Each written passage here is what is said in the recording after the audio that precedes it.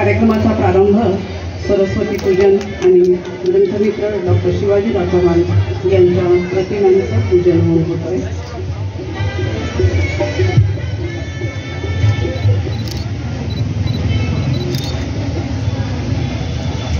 शब्दची आमचा मळा, वाचन वेडा साकारा माझा. पुढील श्रीनिवास हा ग्रंथमहोत्सव या ठिकाणी संपन्न होणार आहे. या ठिकाणी मान्यवरांच्या शुभ हस्ते प्रतिमा पूजन होत आहे. चव्हाण महाराष्ट्राच्या सामाजिक राजकीय साहित्यिक क्षेत्रातील एक अजरामर नाव. महाराष्ट्राचे शिल्पकार यशवंतराव चव्हाण यांचा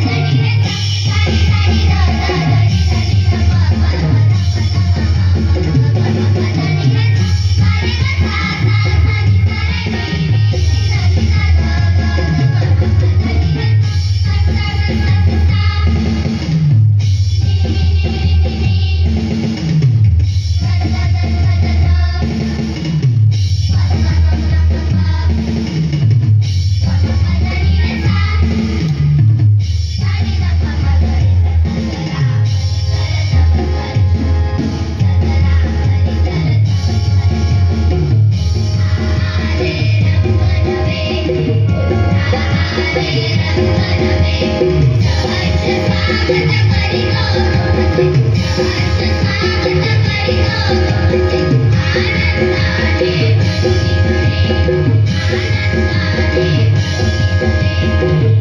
you.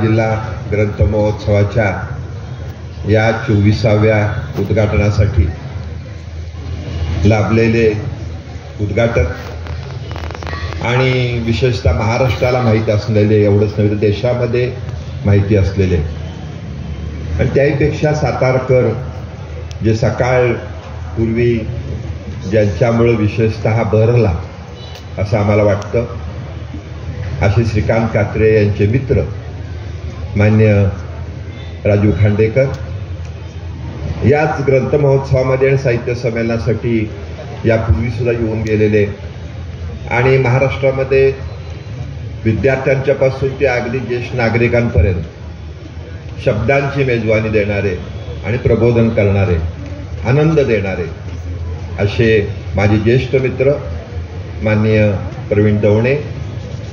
त्याचबरोबर आज अतिशय आनंदाची बाब अशी आहे की हा ग्रंथ महोत्सव ज्यांना पाहायला मिळतोय, विशेषतः मागील महिन्यामध्ये पुणे बुक फेअरला कार्यकर आले होते आणि ते असं म्हटले की पुण्यात सुद्धा असा ग्रंथ महोत्सव आपण चालू केला पाहिजे आणि तो नक्की आपण करूया.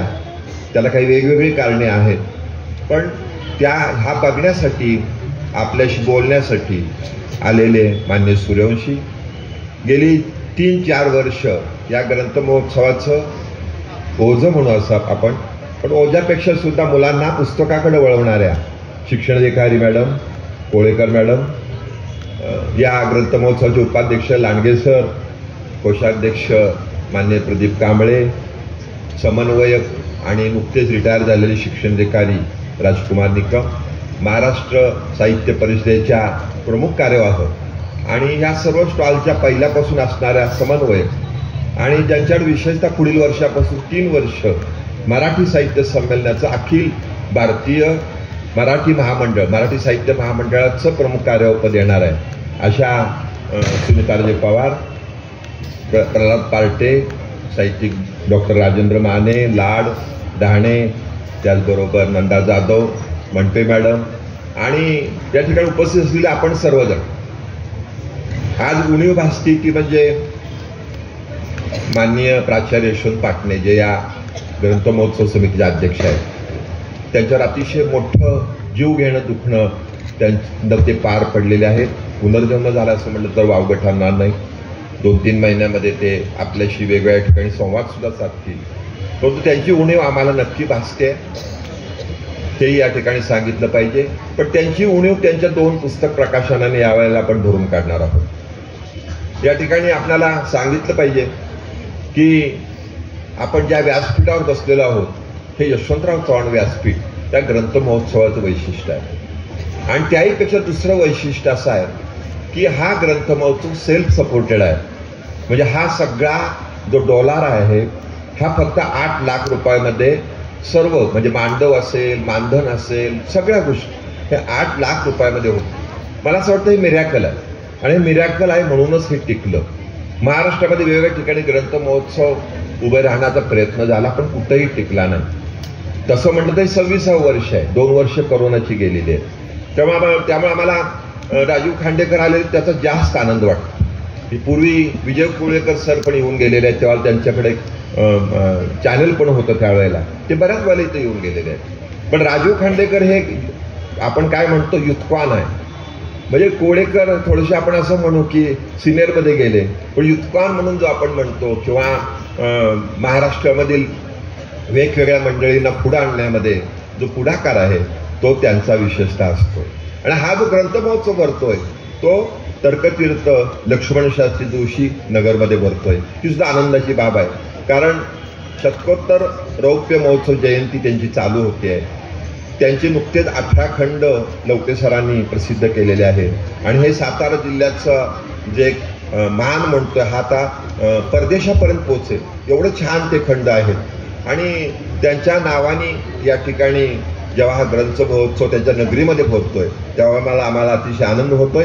त्याचं कारण असं की यशवंतराव चव्हाण यांनी वेगवेगळ्या प्रसंगी लक्ष्मणशास्त्री जोशींच्या बरोबरच चर्चा केलेल्या आहेत. महाराष्ट्र राज्य साहित्य संस्कृत मंडळाची जी स्थापना झाली त्याचे पहिले 20 वर्ष ते अध्यक्ष होते.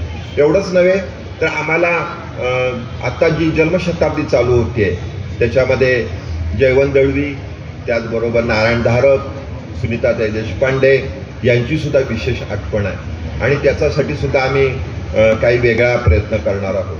आपल्याला महत्त्वाचं सांगितलं पाहिजे की मध्यंतरी विनय हर्डीकर सातारमध्ये लेखक प्रकाशक संमेलन आलं होतं आणि त्याने असं म्हटलं की वाचन संस्कृतीमध्ये आपण जो हा पिरॅमिड धरला आहे तो उलटा केला पाहिजे. कारण आपण जर बघितलं तर आतापर्यंत सर्वजण लेखकाला महत्त्व देतात, प्रकाशकाला महत्त्व देतात, मुद्रकाला महत्त्व देतात, वाचकाला कधी महत्त्व देणार. आणि त्याने असं म्हटलं की वाचक केंद्रित जेव्हा तुम्ही काही कराल तेव्हा तुमच्याकडं आणखीन वेगळ्या पद्धतीनं विचार चालू होईल. आणि हे जेव्हा त्याने म्हटलं तेव्हा माझ्या लक्षात आलं, अरेच्छा, हर्डीकर सर जे म्हणतायत ते आमचा ग्रंथ महोत्सव करतोय. कारण काही वेळेला मराठी साहित्य संमेलनामध्ये सुद्धा पुस्तकांची जेवढी विक्री होत नाही तेवढी पुस्तकांची विक्री या ठिकाणी आपल्याला होताना दिसून येते. आणि ही पुस्तकाची विक्रीच नव्हे तर वाचनाने किती समृद्धता येते वेगवेगळ्या प्रकारे हे आपण जाणता आहात. म्हणजे आपण जर बघितलं तर वेगवेगळ्या विशेषतः ग्रामीण भागामध्ये बघतो आपण कुलदैवत असतं. मग ती व्यक्ती मुंबईला असू दे, एका परदेशात असू दे, पण ती व्यक्ती दरवर्षी जत्रेला यायचा प्रयत्न करते. जत्रेला जाणं म्हणजे त्यांच्या दृष्टीने ते अभिमानास्पद गोष्ट असते. आमचा सर ग्रंथ महोत्सव असा झालेला आहे की इथं येऊन नाही गेलं कोणी तर त्याला असं वाटतं की मी काहीतरी चुकलो, त्यांच्या घरातल्यांना वाटतं आम्ही काहीतरी चुकलो, मग शेजारचे काय म्हणतील. इतक्या प्रमाणामध्ये हा ग्रंथ महोत्सव पुढे गेलेला आहे. आणि त्याच्यामुळं आलेला माणूस पुस्तकं घेऊन जातो आणि तो आलेला माणूस फक्त सातारमधला नाही, कोल्हापूरचा येतो, इचलकरंजीचा येतो, सांगलीचा येतो, महाबळेश्वरचा येतो, पाचगणीचा येतो, म्हणजे ह्या पट्ट्यातला बहुतेक बेळगावपर्यंत माणूस सुद्धा इथे येतो. ही बाब अतिशय महत्वाची आहे. आज या ठिकाणी 100 स्टॉल्स भरलेले आहेत आणि हे सातत्याने चालू आहे. हे सातत्याने चालण्याचं कारण एवढंच आहे तर तुमचा शाळांचा असणारा सहभाग, विद्यार्थ्यांचा असणारा सहभाग, जिल्हा परिषदेच्या माध्यमिक विभागाचा असणारा सहभाग, प्राथमिक विभागाचा असणारा सहभाग आणि विशेषतः शिक्षक ग्रंथपालांचा असणारा सहभाग हा अतिशय मोठा आहे. मी मध्यंतरी 2-3 गोष्टी वाचत होतो सर आणि माझ्या लक्षात आलं की किती आपल्याला एक प्रकारचं ग्रंथांचं महत्त्व जे आहे आपल्या दृष्टीने ते किती वाढलेलं आहे. आणि हे वाढलेलं महत्त्व जेव्हा आपण अशा पद्धतीचं वाचन करतो तेव्हा आणखीन आपण त्याच्याकडे जातो असं म्हटलं वावगं ठरणार नाही. म्हणजे आपल्याला विजय भटकरांची आता एक मुलाखत होती आणि ती मुलाखत मी वाचत असताना माझ्या लक्षात आलं की आपण एका बाजूने किती नशीबवान आहोत. म्हणजे त्यांना असं विचारलं गेलं होतं की जगभर भारतीय सॉफ्टवेअर इंजिनियर्सना प्रचंड मागणी आहे, ती त्यांना मिळणाऱ्या शैक्षणिक पद्धतीत अनुसूचित आहे, त्यांची मनोवृत्ती तशी बनायला जेनेटिक रचना कारणीभूत ठरले की आणखीन काही. तर त्याने असं म्हटलं होतं की आपल्या शिक्षण पद्धतीत कुटुंब व्यवस्थेचं महत्त्वाचं योगदान आहे.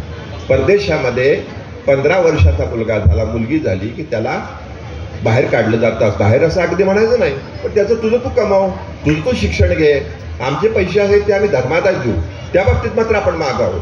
पण या बाबतीत मात्र कुटुंब व्यवस्थेच्या बाबतीत मात्र आपण अतिशय आघाडीवर आहोत. आणि हे सांगताना दुसरं त्याने असं सांगितलं की आम्हाला फार चांगलं एक झालं, मॅकले आले आणि त्यांनी इंग्रजीची एक शिक्षण पद्धती जी आहे ती आमच्यावर लादली आणि आज इंग्लंड देश सुद्धा आमच्या संगणकामुळे चालतो, पुण्यामधल्या असणाऱ्या संगणक इंजिनियरांच्यामुळे तो चालतो. टाटासारखं, रतन टाटांसारखा जो उद्योग आहे तो इंग्लंडमध्ये रोजगाराचा पुरवठा करतोय. ही माहिती त्यांनी विशेषतः दिली. आणि हे मला जेव्हा मी वाचत होतो तेव्हा माझ्या दुसरी पण गोष्ट लक्षात आली की आज आपल्याकडे काय चालू आहे.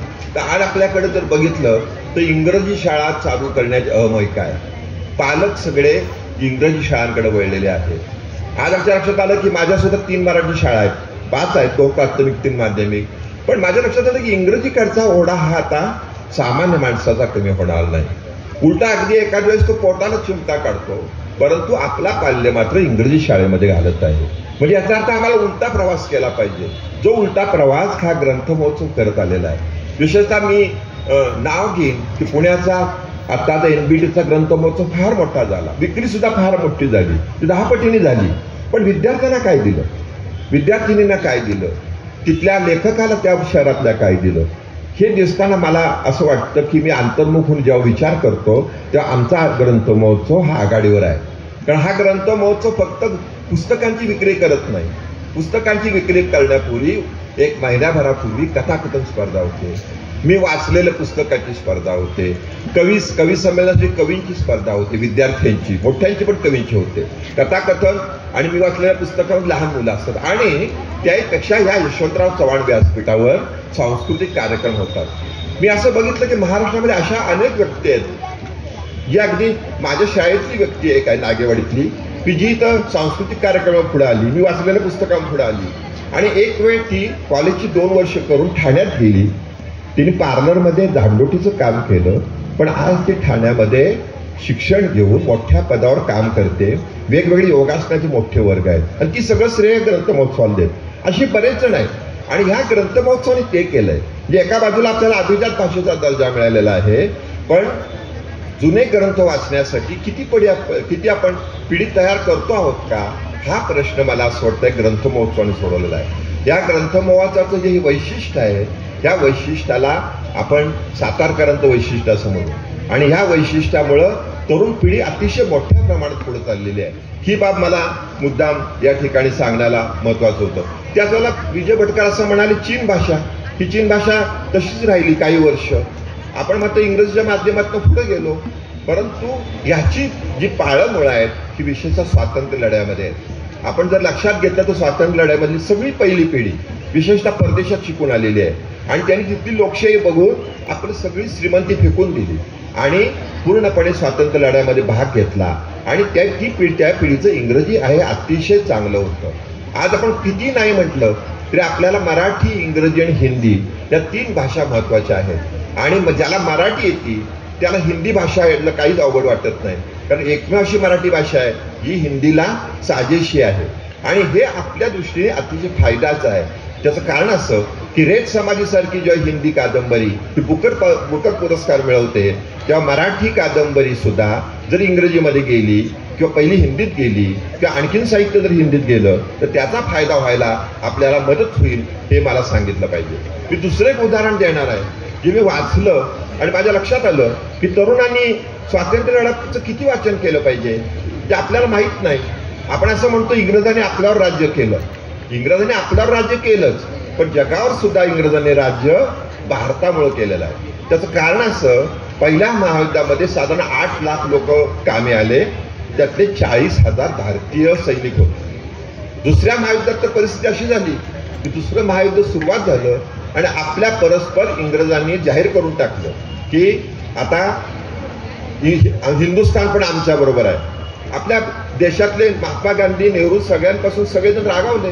ते म्हणजे आम्ही कधी पाठिंबा दिलाय, आमचं का नाव घेता. आणि अशा वेळेला 1939 साली मद्रास प्रांतामध्ये निवडून आलेले राजगोपालचारी यांनी मात्र निवडून आलेला राजीनामा दिला. आणि नुसता राजीनामा दिला नाही, त्यांनी काँग्रेसमध्ये हट्ट धरला की मुस्लिम लीग आणि काँग्रेस यांनी एकत्र येऊन दुसऱ्या महायुद्धाचा फायदा घेऊन स्वतंत्र झालं पाहिजे. ते तिथून आकारलं गेलं आणि तेवढ्यामध्ये हिंदुस्थानचा पाठिंबा पाहिजे म्हणून क्रिप्स भारतामध्ये आले. आणि भारतामध्ये त्यांना कशाला पाठवलं होतं तर त्याने एवढ्यासाठी पाठवलं होतं की भारताचा पाठिंबा आपल्याला दुसऱ्या महायुद्धाला मिळवायचा आहे. आणि ते आल्यानंतर मुस्लिम लीग त्यांना पहिल्यांदा भेटायला गेली आणि त्यांनी सांगितलं मुस्लिम लीगला, त्या मुस्लिम लीगने पहिल्यांदा पाकिस्तानची मागणी केली देशाची. आणि त्यांनी सांगितलं त्यांना की पाकिस्तान तुम्हाला आम्ही देतो. आणि यावेळेला काँग्रेसही गेली. काँग्रेस सांगत होती आम्हाला संपूर्ण भारत पाहिजे. पण त्याहीपेक्षा जिनांचा प्रवास हा सूड भावनेकडे किती चालला हे जेव्हा मी वाचलं तेव्हा माझ्या लक्षात आलं हे वाचलं पाहिजे. जिनांनी 1941 साली मद्रास प्रांतामध्ये मुस्लिम लीगची एक सभा बोलवली आणि त्या सभेमध्ये ते असं म्हटले, त्यावेळेला ब्राह्मण जे काही पुढारी जे होते त्यांना सोडून त्यांनी सगळे बाकीचे बोलवले आणि ते असं म्हटले की तुम्ही कशासाठी इथे, तुम्ही काही हिंदू नाही आहात, तुम्ही द्रविड आहात. या उपखंडामध्ये ऑलरेडी 2 देश आहेत, एक हिंदूंचा आणि एक मुस्लिमांचा आहे. तुम्ही द्रविड म्हणून स्वतंत्र देश मागा, तुमच्याकडे हिंदी आलेली नाहीये. आणि अशा वेळेला साधारण 6 महिन्यानंतर हे शिष्टमंडळ जेव्हा क्रिस्टला भेटायला गेलं तर क्रिस्टला भारताचा पाठिंबा असल्या कारणाने त्याने जरा हाकलून लावलं. पण त्यावेळेला महात्मा गांधी असतील, राजगोपालचारी असतील, वल्लभभाई पटेल असतील, या सगळ्यांचं जे योगदान होतं, मद्रास प्रांतातली लोक जे होती, हे महत्वाचं आहे. त्यामुळे आपल्याला हेही माहिती पाहिजे की 47 साली जेव्हा भारत स्वतंत्र झाला त्यावेळेचा नकाशा काय होता, जुनागड कुठं होतं, हैदराबाद कुठं होतं, हे जेव्हा आपण बघू त्यावेळेला आपला साहित्याकडच्या ओढ्याबरोबर आपला संपन्नतेकडचा ओढा चालू होईल. या ठिकाणी मी यशवंतराव चव्हाण व्यासपीठावरून बोलतो म्हणून मुद्दाम सांगू इच्छितो की यशवंतराव चव्हाणांच्याकडं वासी बेंद्रे गेले होते. कशासाठी गेले होते? तर तुकाराम महाराजांच्यावर आम्हाला जो ग्रंथ काढतो आहोत तर त्याला आम्हाला अनुदान शासनाचं द्यावं म्हणून. तर यशवंतराव चव्हाण तेव्हा त्यांना माहिती होतं वासी बेंद्रे संभाजी महाराजांच्यासाठी संशोधन करतायत म्हणून त्यांनी त्यांना विचारलं. काय विचारलं की संभाजी महाराजांचं कुठपर्यंत आलंय तुमचं? तर त्यांनी सांगितलं इथपर्यंत आलंय. तर ते म्हणजे हे राहू दे, हे मी बघतो, तुमच्या खात्यावर मी उद्या पैसे जमा करतो, पहिलं संभाजी महाराजांच्यावरचं पुस्तक प्रकाशित करा. आणि वासी बेंद्रे असं म्हणतात, जर हे यशवंतराव चव्हाणांनी केलं नसतं तर माझ्या हातून संभाजी महाराजांच्यावरचा ग्रंथ प्रकाशित झाला नसता. की पूर्वी जे संभाजी महाराज आपण म्हणत होतो तसंच म्हणून एका राहिला असतो. तर हा जो बदल आहे, हा बदल साहित्यातून तुमच्याकडे जाण्यासारखा आहे. आपल्याला माहिती पाहिजे की शेवटी मराठी भाषा आता ही तुमची सत्तेची भाषा पूर्वी होतीच, जी शाहू महाराजांच्या सातारच्या कालावधीमध्ये होती, पण ती आता पैशाची भाषा होण्यासाठी सुद्धा वेगवेगळ्या गोष्टी होत आहेत. अगदी रमाबाई जेव्हा इंग्लंडमध्ये गेलेल्या होत्या तेव्हा त्यांनी इंग्रजी शिकण्यासाठी त्यांना मराठी शिकवलं. एवढं मराठीचं महत्व आहे. त्याच्यामुळं हा जो ग्रंथ महोत्सव भरतोय, हा ग्रंथ महोत्सव वाचनामुळे तुम्हाला पुढे नेणार आहे, वाचनामुळे तुम्हाला वेगवेगळ्या गोष्टी करायला लावणार आहे. आणि मराठी भाषा ही अभिजात झालेलीच आहे, पण अभिजात भाषा झालेली असताना जुने ग्रंथ वाचणं, त्याच्यापेक्षा वेगळं आपण काही करणं, आणि मराठी भाषा ही सत्तेची भाषेबरोबरच आपली आर्थिक भाषा कशी होईल यासाठी प्रयत्न करणं महत्त्वाचं आहे. पुन्हा एकदा या ग्रंथ महोत्सवाच्या निमित्तानं मी तुम्हा सर्वांचं स्वागत करतो. पण मला असं वाटतं, माझं एक आता सदर चालू आहे दैनिक प्रभातमध्ये, गेलं 30 वर्ष चालू आहे, आणि केसरीमध्ये माझं स्वातंत्र्य लढ्यावर चालू आहे. मी लेखक नव्हतो, मी फक्त काय होतो तर मी संयोजक होतो. आणि बहुतेक लेखकांना वाटलंही नसेल मी बहुतेक लेखक होईल. ते एवढ्यासाठी सांगतो की संयोजकांनी पहिलं लेखक व्हायला पाहिजे.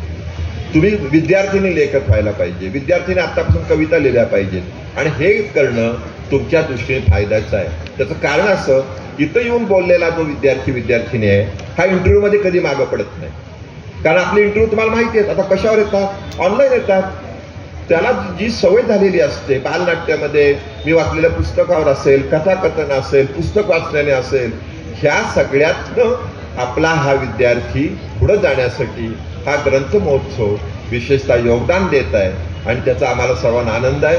आज माननीय राजू खांडेकरांच्या बरोबर त्यांच्या पत्नी उपस्थित आहे, त्यांचंही टाळ्यांच्या गजरात स्वागत करायला पाहिजे आपण. त्याचं कारण असं की राजीव खांडेकर पुढं जात आहेत, पण त्यांना पाठबळ देणारं काम त्यांच्या माध्यमातून होत आहे. मी कात्रे यांच्या साठीच्या कार्यक्रमात त्यांचं भाषण ऐकलेलं आहे. म्हणजे त्यांच्या निर्णय काय घ्यावा तेव्हा नक्की त्यांच्या सौ बरोबर असणार, याचा मला विशेषतः अभिमान वाटतो. पुन्हा एकदा मी आपणा सर्वांचं स्वागत करतो. मी कार्यक्रम पत्रिका सांगत बसणार नाही, परंतु यावर्षीचे वेगवेगळे कार्यक्रम जे आहेत ते तुम्हाला उद्बोधक आहेत, तुम्हाला उपयोगी आहेत. आणि हा एकमेव असा प्रयोग आहे, मला माहीत नाही किती ठिकाणी ग्रंथमहोत्सव होत असतील, पण त्यावर मराठी साहित्य संमेलन होतं, किती ठिकाणी पैशाची काटकसर होती, किती ठिकाणी हे वाढवण्यासाठी प्रयत्न होतो, हे मला माहीत नाही. या ठिकाणी उपशिक्षणाधिकारी गमरे साहेब पण आलेले आहेत, त्यांना मी सांगेन आपण स्टेजवर येऊन बसावं. आणि अशा या कार्यक्रमासाठी सातारा जिल्हा परिषदच्या माध्यमिक शिक्षणाचं फार महत्त्वाचं योगदान आहे. त्यातलं मी एकच उदाहरण सांगेन की या ठिकाणी रामास्वामी होते कलेक्टर, आणि एक वेळ अशी आली की ग्राउंड XYZ यांनी नाच गाण्यासाठी मागितलं, आणि हे नाच गाण्यासाठी मागितलं, त्यांची पंचायत झाली, कारण राजकारणी लोकांनी मागितलं होतं. पण रामास्वामी ठाम राहिले आपल्या भूमिकेवर. त्याने ग्राउंडचे 2 भाग केले सर, आणि आम्हाला दिला पहिल्यांदा. आणि नंतरच्या आत्ताच्या 4 वर्षापूर्वीच्या कालावधीमध्ये कलेक्टर बदलले, आणि माझी ओळख नव्हती त्यांची. म्हटलं त्यांना जाऊन भेटायचं कसं पडदेशी, तर मी त्यांना फोन केला. ते म्हणजे जाऊन भेटा सर. म्हटलं माझी ओळख नाही, ग्रंथ महोत्सव महत्त्वाचा आहे. तर त्यांनी म्हटलं ठीक आहे. त्याने 5 मिनिटात फोन करून सांगितलं, मी त्यांच्याशी बोललो. त्याचं कारण असं, हा ग्रंथ महोत्सव या सर्व म्हणजे कलेक्टर ऑफिस डिपार्टमेंट असेल, शिक्षण विभाग असेल, पोलीस डिपार्टमेंट असेल, या सगळ्याच्या सहभागाशिवाय होऊ शकत नाही. कारण ह्या महोत्सवाला सगळी मदत करणारी जी माणसं आहेत ही सगळी अतिशय मनापासून करतात, कारण त्यांना माहिती आहे हे काम अतिशय पवित्र काम आहे. आणि या पवित्र काम बघायला राजू खांडेकर आले, पण दवणे सर पूर्वी येऊन गेलेले आहेत, पण पुन्हा आलेत. या दोघांचे मी आभार मानतोच. पण त्याचबरोबर शिक्षण खात्याचे संचालक सूर्यवंशी आलेले आहेत. मी सूर्यवंशी सरांना सांगेन की हे एक मिरॅकल आहे. म्हणजे जर उद्या एखाद्या हा ग्रंथ महोत्सव बंद पडला, आमच्या हातनं पण उभा राहणार नाही. म्हणजे आम्हाला माहिती आहे हे उभं राहिलेलं काम आहे. हे उभं राहिलेलं काम चालू राहण्यासाठी आम्ही सातत्याने प्रयत्न करत आहोत. हा प्रयत्न मला खात्रीपूर्वक सांगतो या पुढच्या कालावधीमध्ये इंग्रजी माध्यमाच्या शाळेपर्यंत आम्ही पोहोचणार आहोत. इंग्रजी माध्यमाच्या शाळेत जरूर विद्यार्थ्यांनी जावं, परंतु मराठी शिकत राहिलं पाहिजे, मराठीवर बोललं पाहिजे, मराठीवर अभ्यास केला पाहिजे. आता मी शेवटचं एकच उदाहरण देईन आणि माझं प्रास्ताविक संपवतो. मुंबईमध्ये साधारण 1 लाख विद्यार्थी हे मराठी शाळेमध्ये जातात. 1 लाख विद्यार्थी सर मराठी शाळेमध्ये जातात. आणि मला छान वाटत होतं.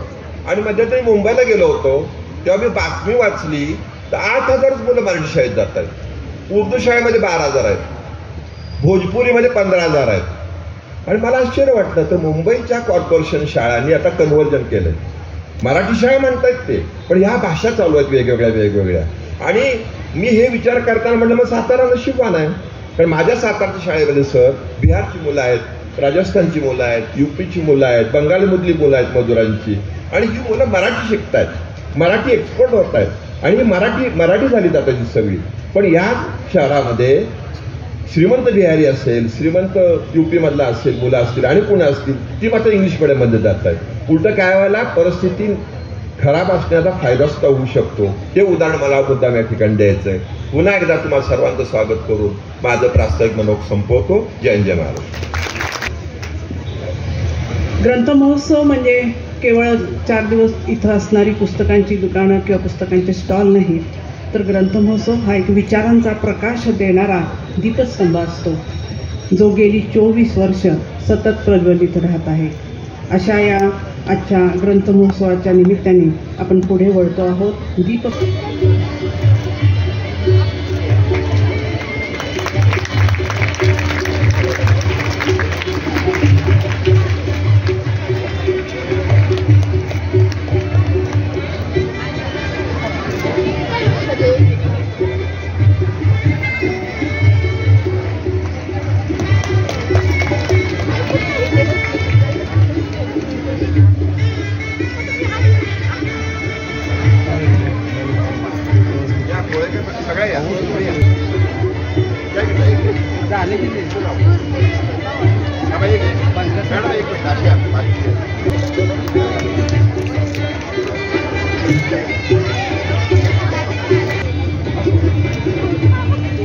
सर एकदा रिटेक द्या.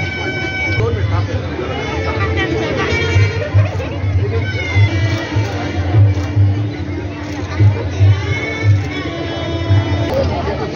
मी आदरणीय कॉंग्रेस सर यांना विनंती करते की त्यांनी व्यासपीठावर यायचं.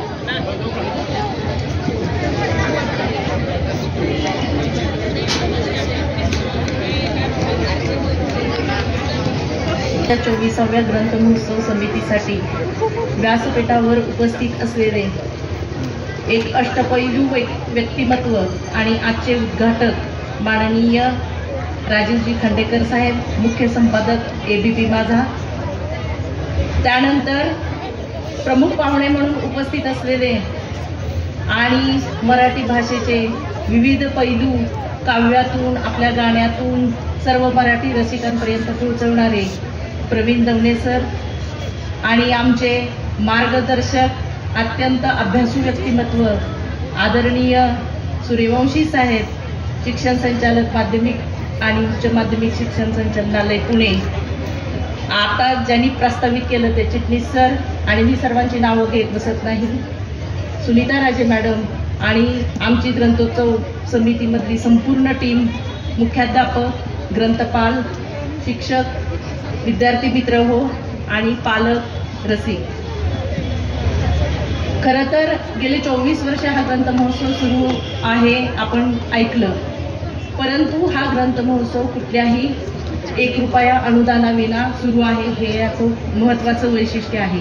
या महोत्सवासाठी गावकरी, गावामध्ये जे प्रतिष्ठित आहेत, पालक आहेत, शिक्षक आहेत, विद्यार्थी आहेत, नागरिक आहेत, हे ग्रंथ महोत्सवाचा स्टॉल लागला आणि ही पत्रिका संपूर्ण साताऱ्यामध्ये फिरली की मनाने स्वतःच्या प्रेरणेने ते इथं येतात.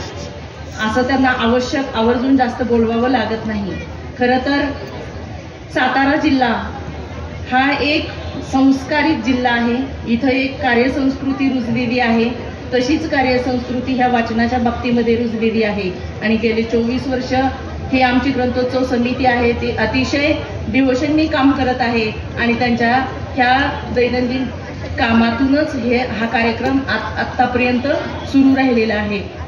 सातारा जिल्ह्यामध्ये कवितेचं गाव जकातवाडी आहे, पुस्तकांचं गाव भिलार आहे.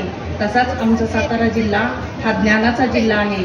यामध्ये मनापासून काम करणारे शिक्षक आहेत, विद्यार्थी आहेत. मी शिक्षक आणि विद्यार्थ्यांना एवढाच संदेश देणार आहे की विद्यार्थी मित्र हो, आपल्याला एक संधी उपलब्ध करून दिलेली आहे. कवी आमच्या भेटीला, लेखक आमच्या भेटीला, किती महान व्यक्ती तुमच्या भेटीला आलेल्या आहेत. ते त्यांची भेट घ्यायची आमच्यासारख्यांना म्हणलं तरी शक्य होत नाही, पण तुमच्या भेटीला कोण कोण आलेले आहेत बघा. तर तुम्ही त्यांच्याबरोबर कार्यक्रम संपल्यानंतर गप्पा मारू शकता, त्यांची सिग्नेचर घेऊ शकता. या संधी विद्यार्थी आणि शिक्षकांसाठी आम्ही उपलब्ध करून दिलेल्या आहेत. तर विद्यार्थ्यांनी ह्या 4 दिवसाच्या सेशनमध्ये विद्यार्थी शिक्षकांनी भाग घ्यायचा आहे. छान व्यवस्थित ऐकायचं आहे. आणि बुक स्टॉल लावलेले आहेत, त्या बुक स्टॉलला भेट द्यायची आहे. त्यातून चांगली जी काही आपल्या वाचनासारखी पुस्तकं आहेत ती खरेदी करायची आहेत, त्याचं वाचन करायचं आहे आणि आपल्या ज्ञानाच्या कक्षा रुंदावायच्या आहेत. मी तुम्हाला पुस्तकांच्या वाचनासाठी आणि पुस्तकं खरेदी करण्यासाठी सर्व शिक्षक आणि विद्यार्थ्यांना शुभेच्छा देते आणि इथंच थांबते. कारण आपले आजचे जे उद्घाटक आणि प्रमुख पाहुणे आहेत त्यांना ऐकण्यासाठी सर्वजण आसुसलेले आहेत. त्यामुळं मी परत एकदा आपल्या सर्वांना शुभेच्छा देते आणि इथंच थांबते. जय हिंद, जय महाराष्ट्र. मॅडम, यानंतर ग्रंथ महोत्सवाच्या वतीने आपण मान्यवरांचं स्वागत करणार आहोत. आजच्या ग्रंथ महोत्सवाच्या कार्यक्रमाचे उद्घाटक माननीय राजीवजी खांडेकर यांचं स्वागत ग्रंथ महोत्सवाच्या वतीने होत आहे. मी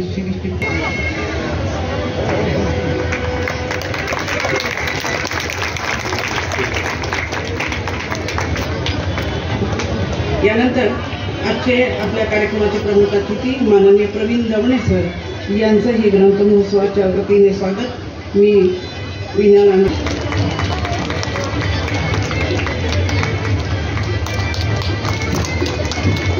यांचं स्वागत.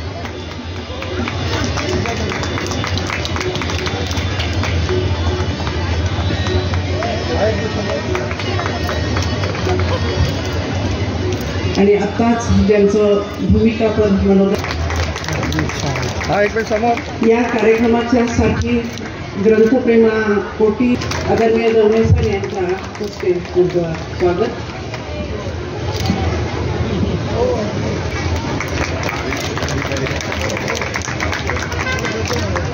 श्रीकांत कापरे सर यांचं स्वागत. कृती प्रकाशनची ही दोन्ही पुस्तकं आहेत. या पुस्तकांचं या ठिकाणी प्रकाशन.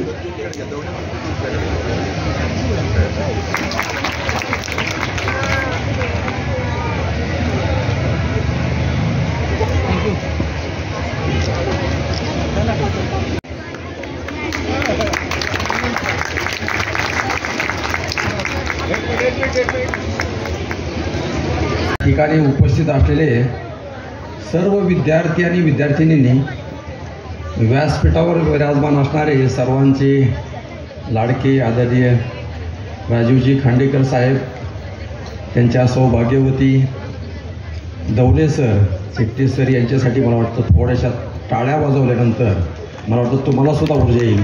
सगळ्यांनी टाळ्या वाजवायच्या.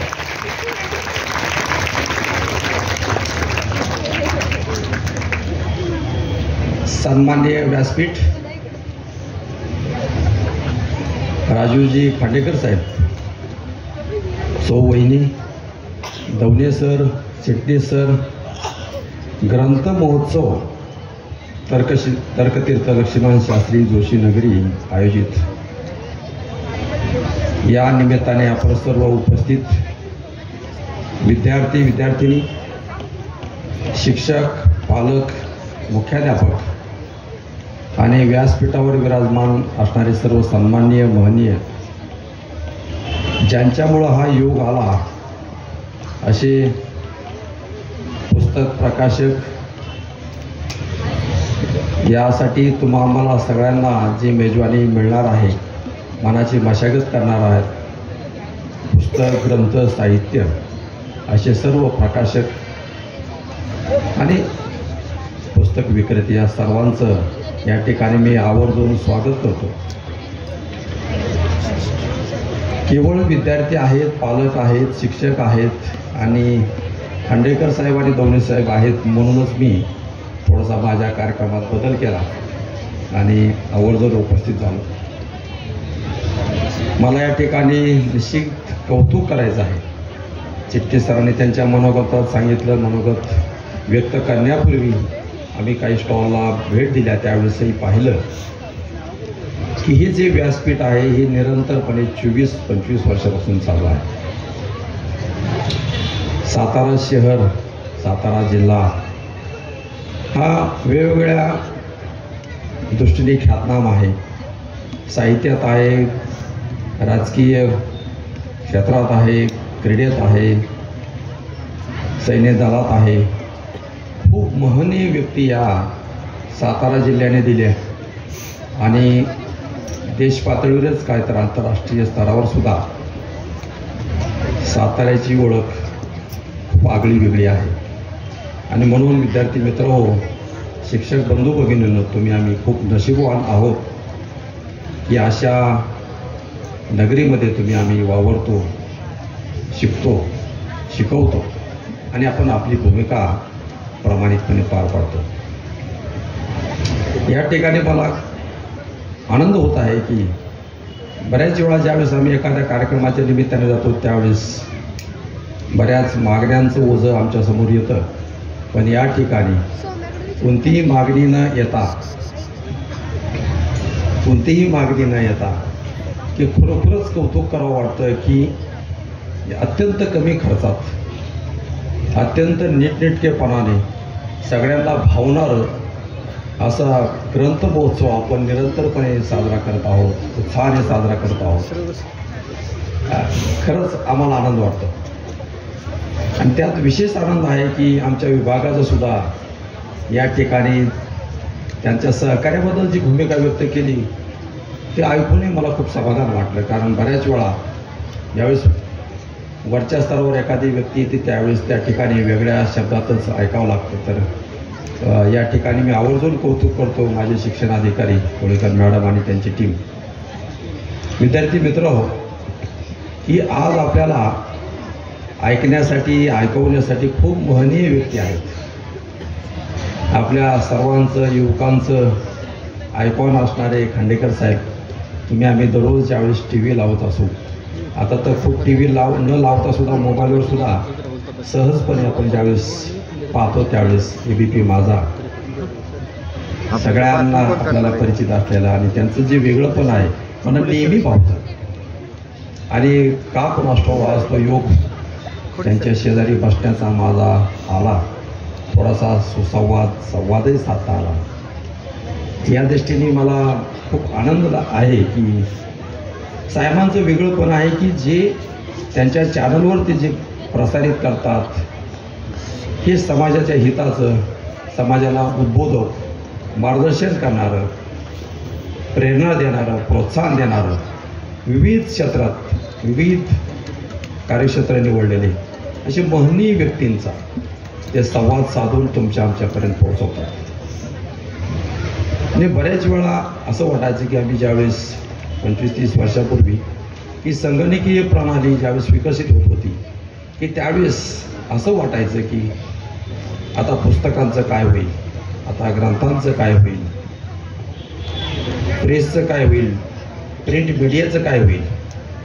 तर मला वाटतं या सगळ्यांची उत्तरं तुम्हाला आजही दिसत आहेत. या सगळ्यांचा आम्हाला उपयोग चांगल्याच गोष्टीसाठी, आमच्या घडण्यासाठी, भावी पिढी घडवण्यासाठी होत आहे. बऱ्याच वेळा असं म्हटलं जायचं की ज्यावेळेस डिजिटल बुक आले किंवा टॅब आले की त्यावेळेस खरोखरच पुस्तकं वाचली जातील का, ग्रंथ वाचले जातील का, साहित्य वाचलं जाईल का. तर मला खूप आनंद या दृष्टीने झाला की ज्यावेळेस चिट्टी सरांनी मी काही स्टॉलचे उद्घाटन केले त्यावेळेस खूप आनंद वाटला की या ठिकाणी 3 ते 4 दिवसात साधारण 2 कोटीपेक्षा जास्त पुस्तकांची विक्री होते. खूप गौरवण्यासारखी बाब आहे की मला फक्त पुस्तकाची किती उलाढाल होती याच्यापेक्षा हा वाचक वर्ग तुम्ही खेळून ठेवला आहे. त्यांना भावणारी पुस्तकं या स्टॉलमध्ये आहेत. त्यांच्या आवडीनिवडीची पुस्तकं तुम्ही देत आहात आणि मला वाटतं ही जी आपली भूमिका आहे, जी आपलं जे हेतू आहे, हा खूप मोठा साध्य होत आहे. दुसरी गोष्ट मला या ठिकाणी आवर्जून नमूद करायचं आहे की पाटणे सरांच्या 2 पुस्तकांचं या ठिकाणी प्रकाशन झालं. चिटणीस सरांनी व्यक्त केलं की पाटणे सरांना उपस्थित राहताना जरी आलं तरीसुद्धा त्यांच्या 2 पुस्तकाच्या रूपाने त्यांची उपस्थिती या ठिकाणी सगळ्यांना जाणवली. नवले सर, मी ज्यावेळेस अर्धा तासापूर्वी आम्ही चर्चा करत होतो मित्र, साधारण 15 वर्षापूर्वी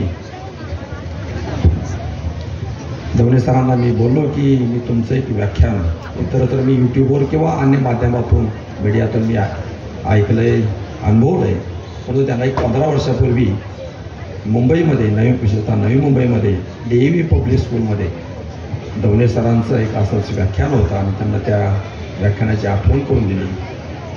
स्वर्गीय प्रमोदजी महाजन साहेबांच्या निमित्ताने ही व्याख्यानमाला जी सुरू झालेली त्या ठिकाणी ती अखंडित परंपरा अजूनही चालू आहे आणि त्यावेळेस मी त्यांचं ते अनुभवलं. एरवी त्यांचं नाव आणि पुस्तकाच्या रूपाने मी त्यांना अनुभवत आलो. विद्यार्थी मित्र हो, तुम्हाला कला, क्रीडा, साहित्यामध्ये यापुढे 2-3 दिवस वेगवेगळे महनीय, माननीय, आदरणीय व्यक्तिमत्व तुमच्यासमोर येणार आहेत. ते तुम्हाला ऐकता येतील, अनुभवता येतील. या ठिकाणी मला एकच सांगायचं आहे की माझे विद्यार्थी, विद्यार्थिनी, शिक्षक बंधू भगिनींना शिक्षण विभागाचा या राज्याचा एक तुमच्यातला दुवा म्हणून मी या ठिकाणी नमूद करतो की तुमच्यावरची जी जबाबदारी आहे विशेषतः शिक्षकांच्या बाबतीत ती तर तुम्ही तेव्हा पार पाडायचे आहे. विद्यार्थ्यांनी सुद्धा बदलत्या प्रवासी त्यांनी सामोरं जायचं आहे. आम्ही ऐकलं असेल की नवीन शैक्षणिक धोरण लागू होत आहे. बरेच विचारमंथन झाल्यानंतर अशी जी धोरणं आखली जातात, केंद्रीय स्तरावर आखली जातात, अशी धोरणं जी आहेत ज्यावेळेस केंद्र शासन, राज्य शासन लागू करतो त्याला आपल्या सर्वांना सामोरे जायचं आहे. खांडेकर सर, दवले सर मला या ठिकाणी आवर्जून नमूद करायचं आहे की या पुढची शिक्षण पद्धती याचा भर हा आनंददायी शिक्षण आणि गुणवत्ता, कला, क्रीडा या सगळ्यांना स्पर्श करणारा, सगळ्यांना भावून घेणारा असे ती शिक्षण पद्धती आहे. आणि मला वाटतं ही फक्त विद्यार्थ्यांसाठीच नाही तर शिक्षकांना सुद्धा आनंद देणारी आणि विद्यार्थ्यांमध्ये गुणवत्ता विकसित करणारी अशी शिक्षण पद्धती असणार आहे. या ठिकाणी चिटणीस सरांनी उल्लेख केला मुंबई किंवा बृहन्मुंबई अशा मोठमोठ्या शहरांमध्ये इंग्रजी माध्यम किंवा विविध भाषा, विविध राज्यांचे त्या ठिकाणच्या शाळा, कदाचित कन्नड असेल, हिंदी संस्कृती असेल, भोजपुरी असेल याचाही उल्लेख केला सरांनी. मला हे मान्य करावं लागतं की आपल्या सगळ्यांनाच हे जे धोरण आहे की आपण मागेल तसा पुरवठा, ज्या ठिकाणी जशी मागणी होते त्या ठिकाणचे शिक्षण त्यांना देणं आपल्याला द्यावंही लागत आहे. ते आपलं सगळ्यांचं धोरण बी आहे. पण या ठिकाणी मी आवर्जून उल्लेख करतो की शासनाने 1ली ते 12वी कोणत्याही माध्यमाची शाळा जरी असेल, मराठी असो, हिंदी असो किंवा अन्य कोणत्याही भाषेची शाळा असो, तर त्या ठिकाणी मराठी हा विषय कंपल्सरी केलेला आहे, बंधनकारक केला आहे. आणि मला वाटतं ही तुमच्या आमच्या सगळ्यांसाठी खूप गौरवाची आणि आनंदाची. आणि कोणत्याही बोर्डामध्ये किंवा CBSE असो, ICE बोर्ड असो, स्टेट बोर्ड असो, इंग्रजी माध्यमाच्या जरी शाळा असल्या तरी त्या ठिकाणी मराठी हा विषय बंधनकारक असल्यामुळे मराठीची ओळख महाराष्ट्रात राहणाऱ्या प्रत्येक विद्यार्थ्याला होणारच आहे, त्याच्या पालकाला सुद्धा होणारच आहे, पर्यायीने त्या ठिकाणी असणाऱ्या शिक्षकाला सुद्धा मराठी हा विषय शिकवावा लागत असल्यामुळं या तुमच्या आमचे या राज्याची संस्कृती, कला, क्रीडा किंवा अन्य योगदान जे आहे, संत साहित्य असू द्या किंवा वेगळं सामाजिक साहित्य असू द्या, ते त्या विद्यार्थ्यापर्यंत पोहोचणारच आहे. तर विद्यार्थी मित्र, की मला या ठिकाणी आवर्जून नमूद करायचं होतं की बऱ्याच वेळा जे आपण विचार करतो की आपण कसं असावं, तर आजच्या युगामध्ये बऱ्याच वेळा म्हटलं जातं की आजचा विद्यार्थी हा मोबाईलमध्ये जर पडून पडला का, तर मला वाटतं तुम्ही मोबाईलही पाहिलं तरी माझं काही म्हणणं असणार नाही, परंतु तुम्ही काय पाहत आहात हे खूप महत्त्वाचं आहे. शिक्षकसुद्धा आजच्या काळामध्ये विद्यार्थ्यांना ज्यावेळेस त्याचं इनोव्हेटिव्ह प्रोग्राम काही मॉडेल्स देत असतील, तर ते तुमच्याकडे यूट्यूबच्या माध्यमातून पोचत असेल किंवा अन्य माध्यमातून पोचत असेल, तर मला वाटतं त्याचा तुम्ही स्वीकार करायला हरकत नाही, परंतु ते मात्र चांगलंच असलं पाहिजे. दुसरी या ठिकाणी आणखी महत्त्वाची गोष्ट मी नमूद करतो की व्यासपीठाला या ठिकाणी आवर्जून मी सांगेन की शासनाने सुद्धा आता शिक्षण क्षेत्रामध्ये खूप इनोव्हेटिव्ह प्रोग्राम राबवण्याचा निर्णय घेतलेला आहे. विविध कार्यक्रम हाती घेतलेले आहेत. जगातल्या कोणत्याही देशाशी त्या विद्यार्थ्याला संवाद साधता आला पाहिजे. लँग्वेज हा बॅरियर असूनही त्या ठिकाणची शिक्षण पद्धती त्याला आत्मसात व्हावी, त्याला समजावी, अशा पद्धतीचं कम्युनिकेशन मीडिया आपण डेव्हलप केला आहे. कदाचित सातारा जिल्ह्यामध्ये सुद्धा काही शाळांमध्ये ती संवाद आपण साधत असू. इंटरॅक्टिव्ह पॅनलद्वारे आपण विविध शिक्षण पद्धती आपण आत्मसात करू असू. विशेषतः सायन्स सेक्टरमध्ये किंवा शास्त्र विषयामध्ये इंटरॅक्टिव्ह पॅनलचा खूप मोठं योगदान दिसतंय. विविध बाकीच्या अदर दॅन सायन्ससाठी सुद्धा आहे, परंतु सायन्स बाबतीत ते त्याचं खूप चांगली प्रतिक्रिया आली आहे. कुणाला जीवशास्त्र शिकायचं असेल, कुणाला हृदयाची प्रतिकृतीच नाही तर त्याचं घुसळणारं रक्ताभिसरण प्रक्रिया कशी आहे प्रॅक्टिकली ते तुम्हाला दाखवता येते. अशी जी प्रातिनिधिक उदाहरणं आहेत की आपल्यासमोर आता ह्या इंटरॅक्टिव्ह पॅनल डिजिटल मीडियाच्या माध्यमातून वापरता येत आहेत. फक्त एकच आहे की पालकांना आणि शिक्षकांना माझी या ठिकाणाहून व्यासपीठावरून विनंती आहे की तुमचा आमचा विद्यार्थी नेमका काय पाहतो याच्याकडे थोडंसं कटाक्षाने पहा. साधारणपणे पुढचा जो वयोगट आहे 8वी आणि पुढचा, की त्याचा मोबाईल सहजपणे तुम्ही पाहत राहा. तो चांगलंच पाहत आहे का, काय करत आहे, ॲक्टिव्हिटी चांगल्या आहेत का, फक्त नजर ठेवा आणि चांगलं असेल तर त्याला प्रोत्साहन द्या.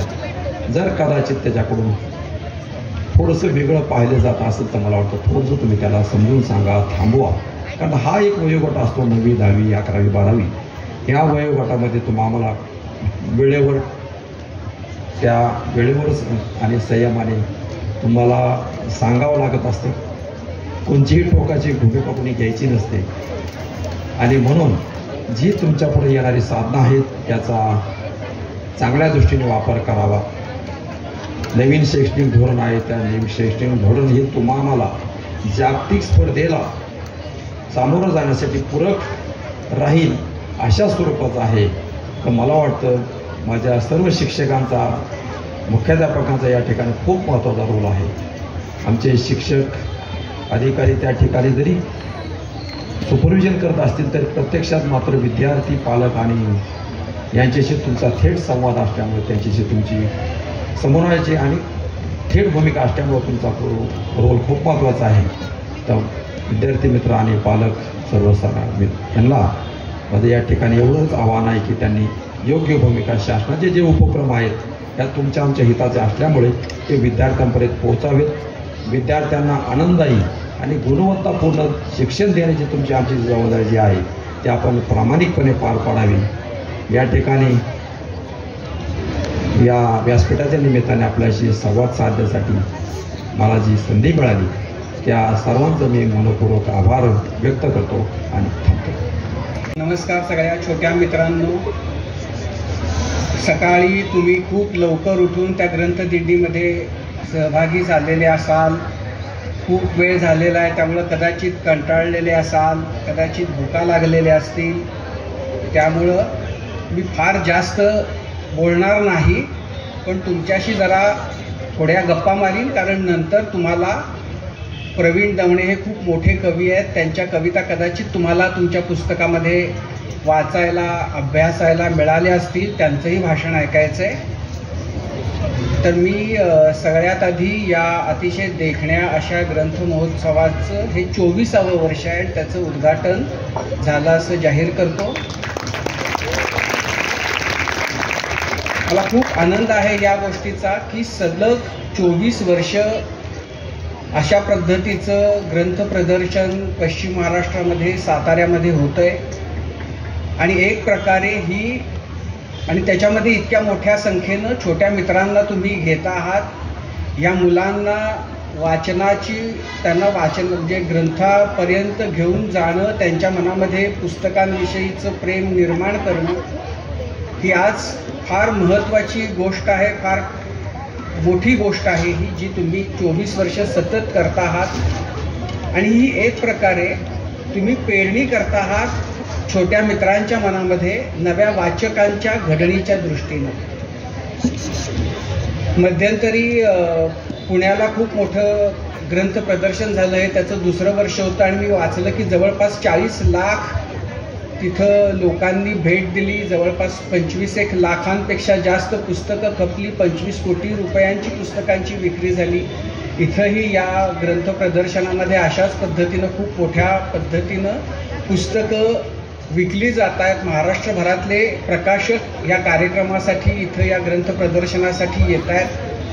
आता मला माहिती नाही की छोट्या मित्रांनो तुमच्यापैकी किती जणांनी जाऊन त्या पुस्तकांच्या दुकानांना कुणी गेलात, तुम्ही जाऊन आलात का? तुम्हाला बघायला मिळाली का दुकानांमध्ये पुस्तकं?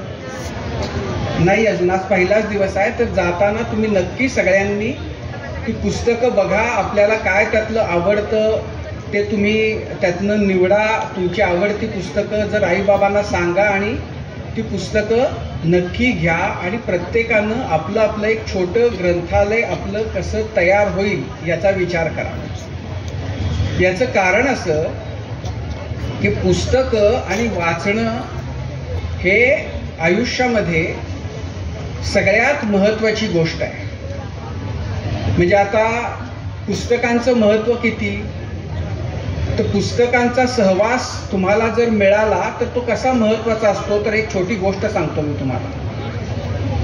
नारद माहिती आहेत तुम्हा सगळ्यांना? नारद मुनी माहिती आहेत का सगळ्यांना? झोपलेल्या मुलांनी जागं व्हा. सगळ्यांना नारद माहिती आहेत? विष्णू, भगवान विष्णू माहिती आहेत? तर एकदा असं झालं की नारद मुनी गेले भगवान विष्णूंकडं आणि त्यांना ते असं म्हणाले की सत्संग म्हणजे काय आणि त्याचा काय फायदा होतो. सत्संग म्हणजे चांगल्याच्या सहवासात राहणं. तुम्हाला माहिती आहे ना सत्संग शब्दाचा अर्थ? सगळी मराठी माध्यमातली मुलं आहेत का इंग्रजीमधली मुलं आहेत? दोन्ही पण आहेत. तर मग विष्णूने असं सांगितलं नारदांना, तू असं कर की इथून तू अमुक अमुक ठिकाणी जा, तिथं एक तुला असं दिसेल की एका घरट्यामध्ये एका चिमणीनं अंडी घातलेली आहे आणि त्याच्यातून आत्ता काही पिल्लं बाहेर येणार आहेत, तर तू तिथं जा आणि तू बघ, तुला सत्संग म्हणजे काय कळेल. नारद मुनी तिथं गेले आणि त्यांनी बघितलं तर त्यांना खरंच एक घरटं दिसलं. त्या घरट्यामधून चिमण्याची पिल्लं होती. त्यांनी बघितलं त्यातलं एका पिल्लानं त्यांच्याकडं बघितलं आणि ते एकदम मरून गेलं. तर नारद घाबरले. अरे बापरे. ते म्हणाले की अरे मला विष्णूंनी सांगितलं काय, मी इथं आलो काय आणि हे प्रत्यक्षात झालं काय, मी त्या पिल्लाला बघायला आलो आणि ते पिल्लू मेलं कसं.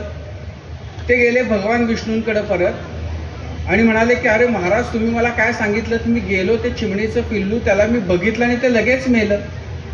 ते विष्णू म्हणाले नाही नाही, तू आता असं कर, तुला सत्संगाचा फायदा काय होतो ते जाणून घ्यायचं आहे ना, तर तू आता असं कर की अमुक अमुक शेतकऱ्याच्याकडे जा, त्याची गाय आत्ताच व्याली आहे, तिला बछडं झालंय, त्याला एकदा भेटून ये. नारद परत गेले त्या बछड्याच्या तिथं शेतकऱ्याच्याकडे गेले, तिथं गाय व्यालेली होती, तिथं बछडा बघितला. त्या बछड्यानं नारदांच्याकडे बघितलं आणि तो बछडाही मरून गेला. आता तर नारद फारच घाबरले की बाप रे, हे काय होतंय, आपण जातोय आणखीन ते आपल्याकडे बघितल्यावर त्या प्राण्याचा जीव कसा जातोय. ते परत गेले विष्णूंकडं.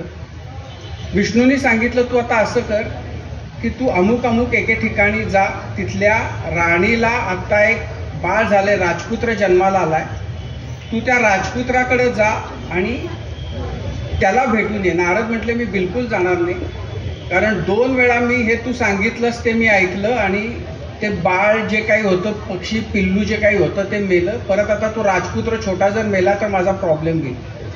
विष्णूंनी सांगितलं, नाही नाही असं काही नाही, तू जा आणि बघ काय होतंय.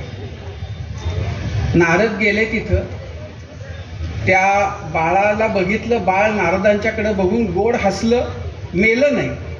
ते बघितल्यानंतर नारद एकदम खुश झाले आणि ते आले विष्णूकडे आणि म्हणाले, आता सांगा मला की काय झालं नेमकं हे. विष्णूने सांगितलं, तुझ्या लक्षात नाही आलं का काय झालं ते.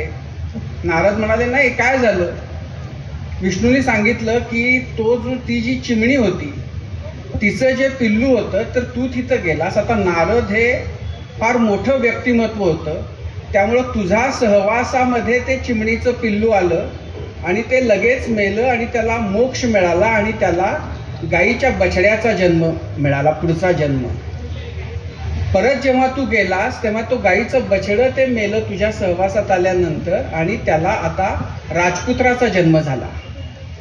तर चांगल्या व्यक्तीच्या किंवा चांगल्या विचारांच्या जर आपण सहवासात आलो, जर आपल्याला ते मिळाले तर त्याचा फायदा त्या जीवाला राजपुत्र होण्यामध्ये फायदा झाला. हा जो फायदा होतो तो जसा त्या राजपुत्राला नारदांच्या सानिध्यामुळे झाला तसा आपण काही राजपुत्र नाही आहोत. त्यामुळं आपल्यासारख्या सर्वसामान्यांना असा फायदा जर आपण पुस्तकं वाचू तर त्याच्या सहवासातून जो फायदा होतो हा असाच, तुम्ही कुणीही असलात तरी तुम्हाला राजपदापर्यंत घेऊन जाण्याचा मार्ग पुस्तकांमधून मिळतो. आणि त्यामुळं पुस्तकं वाचणं आणि जे मिळेल ते वाचत राहणं, खास करून तरुण मुलांच्या बाबतीत हे खूप खूप आवश्यक गोष्ट आहे. मध्यंतरी विमानामधून प्रवास करणारे जे लोक असतात, आता तुमच्यापैकी किती जणांना माहिती आहे की विमानामध्ये 2 क्लास असतात. एक असतो बिझनेस क्लास आणि दुसरा असतो एक्झिक्युटिव्ह किंवा ऑर्डिनरी क्लास. तर विमानामध्ये जे नोकऱ्या करणारे हवाई सुंदर्या किंवा ते पर्सर्स जे असतात त्यांचा एक सर्व्हे झाला आणि त्याच्यामध्ये विचारलं की जे बिझनेस क्लासमधले म्हणजे जे हायफाय जास्त महागाचं तिकीट काढणारे जे बिझनेस क्लासमधले लोक आहेत ते आणि ऑर्डिनरी प्रवास करणारे या दोघांमध्ये काय फरक तुम्हाला दिसतो. त्यांनी सांगितलं की जे ऑर्डिनरी एक्झिक्युटिव्ह क्लासमधनं प्रवास करणारे लोक असतात ते जनरली ते मोबाईलमध्ये एकतर व्हिडिओ बघत असतात, व्हॉट्सॲप बघत असतात, सिनेमे बघत असतात, गाणी ऐकत असतात किंवा मोबाईलवरची कोडी सोडवत असतात. पण बिझनेस क्लासमधले जे लोक असतात ते ह्यातली कुठलीच गोष्ट करताना दिसत नाही, ते सगळेजण पुस्तक वाचत असतात. तर त्यामुळं तुम्हाला जर लीडरशिप हवी असेल कोणत्याही क्षेत्रामधली तर तुम्हाला वाचणं हे अत्यंत आवश्यक अशी गोष्ट आहे. आणि आता काळ इतका बदलला आहे की तुम्हाला सगळ्यांना की आपण मोठं झाल्यानंतर मी डॉक्टरच होईन, इंजिनियर होईन अशी गोष्ट, अशी स्वप्न बघायची बिलकुल आवश्यकता उरलेली नाही आहे. आज काळ असा आहे की तुम्ही कोणत्याही क्षेत्रामध्ये असाल तर त्या क्षेत्रामध्ये जर तुम्ही उत्तम चांगलं काम करत असाल तर त्याला प्रचंड मागणी आहे. दिलीप साळवी नावाचे एक विज्ञान कथा लेखक होते, ते इंग्रजीतच लिहायचे. त्यांचं एक पुस्तक होतं फायर ऑन द मून नावाचं. त्याची पहिलीच एडिशन 50 लाख पुस्तकांची होती. ते दिल्लीला होते. जेव्हा मी दिल्लीत होतो तेव्हा एकदा बोलताना त्यांनी मला असं सांगितलं होतं की त्यांना वरचेवर अमेरिकेला जावं लागायचं. ते म्हणाले की अमेरिकेला त्यांचा एक अमेरिकन मित्र होता आणि त्या मित्राला 2 मुलं होती. एक मुलगा होता, एक मुलगी होती. मुलगा जो होता तो शाळेमध्ये अभ्यासामध्ये भयंकर हुशार होता आणि त्या वडिलांना त्या मुलाचा फार अभिमान होता की माझा मुलगा की किती हुशार आहे, कायम टॉपवर पहिल्या 5 येणारा. तो पुढे इंजिनियर झाला, मग त्याने MBA केलं, मग तो एका मल्टीनॅशनल कंपनीमध्ये मोठा CEO झाला. त्याच्याकडं मोठी जबाबदारी आली एशिया पॅसिफिक रिजनची. मुलगी जी होती तिला अभ्यासाच्या व्यतिरिक्त इतर गोष्टींमध्ये फार रस होता आणि या वडिलांना मुलीच्या बद्दल कायम वाटायचं की अरे हिचा भाऊ हा इतका हुशार आणि ही मुलगी अभ्यासामध्ये काही फार करत नाही, इतरच गोष्टीमध्ये तिला जास्त रस आहे. साळवी म्हणाले, मध्ये असं एक दिलीप साळवींनी सांगितलं की मध्ये एक अशी 5-10 वर्षे गेली आणि मी एकदा परत जेव्हा गेलो तेव्हा मी विचारलं की मुलगा तुमचा आता कुठं आहे. तर त्यांनी सांगितलं की मुलगा माझा आता आणखीन मोठा झाला आहे, आता तो ऑस्ट्रेलियामध्ये सेट झालेला आहे, अमुक अमुक कंपनीचा CEO आहे, पण माझी मुलगी फार मोठी झाली. तर यांना आश्चर्य वाटलं की अरे हे वडील कधीच आपल्या मुलीबद्दल फार बोलायचे नाहीत, आता मुलगी मोठी झाली म्हणजे काय करते ती. त्यांनी सांगितलं की ती आता अमेरिकेतली सगळ्यात मोठी पॅरट ट्रेनर झालेली आहे. तुम्हाला कळलं का पॅरट ट्रेनर म्हणजे काय? पॅरट ट्रेनर म्हणजे पोपटाला बोलायला शिकवणं. तर ती जी मुलगी होती ती पोपटांना बोलायला शिकवायची आणि ती त्याच्यात तिची इतकी मास्टरी झाली की तिचे मग नंतर म्हणजे तिथल्या टेलिव्हिजन चॅनल्सवर तिच्या मुलाखती व्हायच्या, तिथल्या वर्तमानपत्रांमध्ये तिच्याबद्दलचं छापून यायचं. तिला एक सेलिब्रिटी स्टेटस मिळालं की ती फक्त पॅरट ट्रेनर आहे म्हणून. आणि या वडिलांना आपला मुलगा, कारण CEO तर हजारो लाखो जण CEO असतात, पण अख्ख्या अमेरिकेमध्ये पॅरट ट्रेनर फक्त ह्यांचीच मुलगी होती की जी इतकी मोठी झाली. त्यामुळे त्या वडिलांना आपल्या पॅरट ट्रेनर मुलीचा खूप अभिमान होता. तर यातनं आपण काय शिकायचं की तुम्ही कोणत्याही क्षेत्रामध्ये असा, तुम्हाला जे येतं ते उत्तम कसं करता येईल हे तुम्ही बघितलं पाहिजे. म्हणजे एकदा एक महाराज होते आणि त्या महाराजांच्या दरबारामध्ये एक इंदोरहून माणूस आला आणि त्या माणसाला ते महाराज जे होते त्यांच्या दरबारामध्ये असे वेगवेगळ्या क्षेत्रामध्ये काम करणारे लोकांना ते आश्रय द्यायचे. त्यांनी विचारलं की बाबा तुला काय कशासाठी आश्रय पाहिजे, तू काय करतोस? तो म्हणाला मी भाजी चांगली चिरतो. तर महाराज एकदम उडाले. ते म्हणले अरे भाजी चांगली चिरतो म्हणजे त्यात काय चिरायचंय आणि त्यात काय कौतुक आहे? तो म्हटला तुम्ही मला सांगा भाजी चिरायला कुठली. तर त्या महाराजांनी सांगितलं ह्याला एक मोठा भोपळा द्या चिरायला. त्या माणसाला भोपळा दिला जेव्हा चिरायला, त्यानं तो भोपळा चिरला आणि त्या परातीमध्ये सगळ्या फोडी महाराजांच्या समोर ठेवल्या. महाराज म्हणले आता यात काय चिरलंस तू, यात काय वेगळं केलंस? तो म्हणाला यातल्या तुम्ही कोणत्याही 2 फोडी बघा, त्यांचं वजन बघा, ते तुम्हाला सारखंच सापडेल. असाच किस्सा शिवाजी महाराजांच्या बद्दलचा आहे की महाराज लाल किल्ल्यामध्ये होते आणि ते बघत होते एकदा की दारावरून मिरवणूक चालली होती आणि ते असं बघत होते की त्या मिरवणुकीमध्ये एक तरुण दांडपट्टा घेऊन तो 5 फुटावरचा नारळ तो म्हणजे असं डोळ्याचं पातं लवायच्या आत त्या दांडपट्ट्यानं फोडून दाखवायचा. तर महाराजांना त्याची ती कला बघून फार आवडलं आणि महाराजांनी त्याला बोलवलं. महाराज म्हणाले की तुझी कला मी बघितली, तू आता आमच्या सैन्यात ये. तो म्हणला महाराज पण मला तर काहीच येत नाही, मला फक्त एवढंच येतं. महाराज त्याला म्हणाले की एकच यावं पण त्यात नामी असावं. म्हणजे कोणतीही गोष्ट एकच आली तरी चालती पण त्यामध्ये आपली मास्टरी असली पाहिजे. महाराजांनी त्याला आपल्या सैन्यामध्ये आपल्या बरोबर ठेवलं आणि जेव्हा महाराजांच्या जीवावरचा प्रसंग आला तेव्हा तो माणूस ज्याला असं वाटत होतं की आपल्याला बाकी काहीच येत नाही, तो महाराजांचा त्यानं जीव वाचवला. तुम्हाला आठवतंय कोणाच्या बद्दल मी बोलतोय? जिवा महालाच्या बद्दल. जेव्हा अफजल खानानं महाराजांवर हल्ला केला तेव्हा सय्यद बंडाला ज्यानं एका फटक्यात 5 फुटावरच्या सय्यद बंडाला उडवलं आपल्या दानपट्ट्यानं, तो जीवा महाला होता, ज्याला महाराजांनी पुण्यामध्ये लग्नाच्या मिरवणुकीमध्ये नारळ फोडताना बघितलं होतं. शिकायचा यत्न काय की आपल्याला एक तर खूप गोष्टींमध्ये रस असला पाहिजे आणि त्यातून आपल्याला कळलं पाहिजे की आपल्याला कशामध्ये इंटरेस्ट आहे, आपण कशामध्ये जास्त चांगलं काम करू शकतो. आता एकीकडं हे होत असतानाच म्हणजे खरं तर अशी गोष्ट आहे की शाळेमध्ये जसं विद्यार्थी आहेत तसं शिक्षकांच्या पण कडनं अशा अपेक्षा आहेत. म्हणजे वपू काळेंची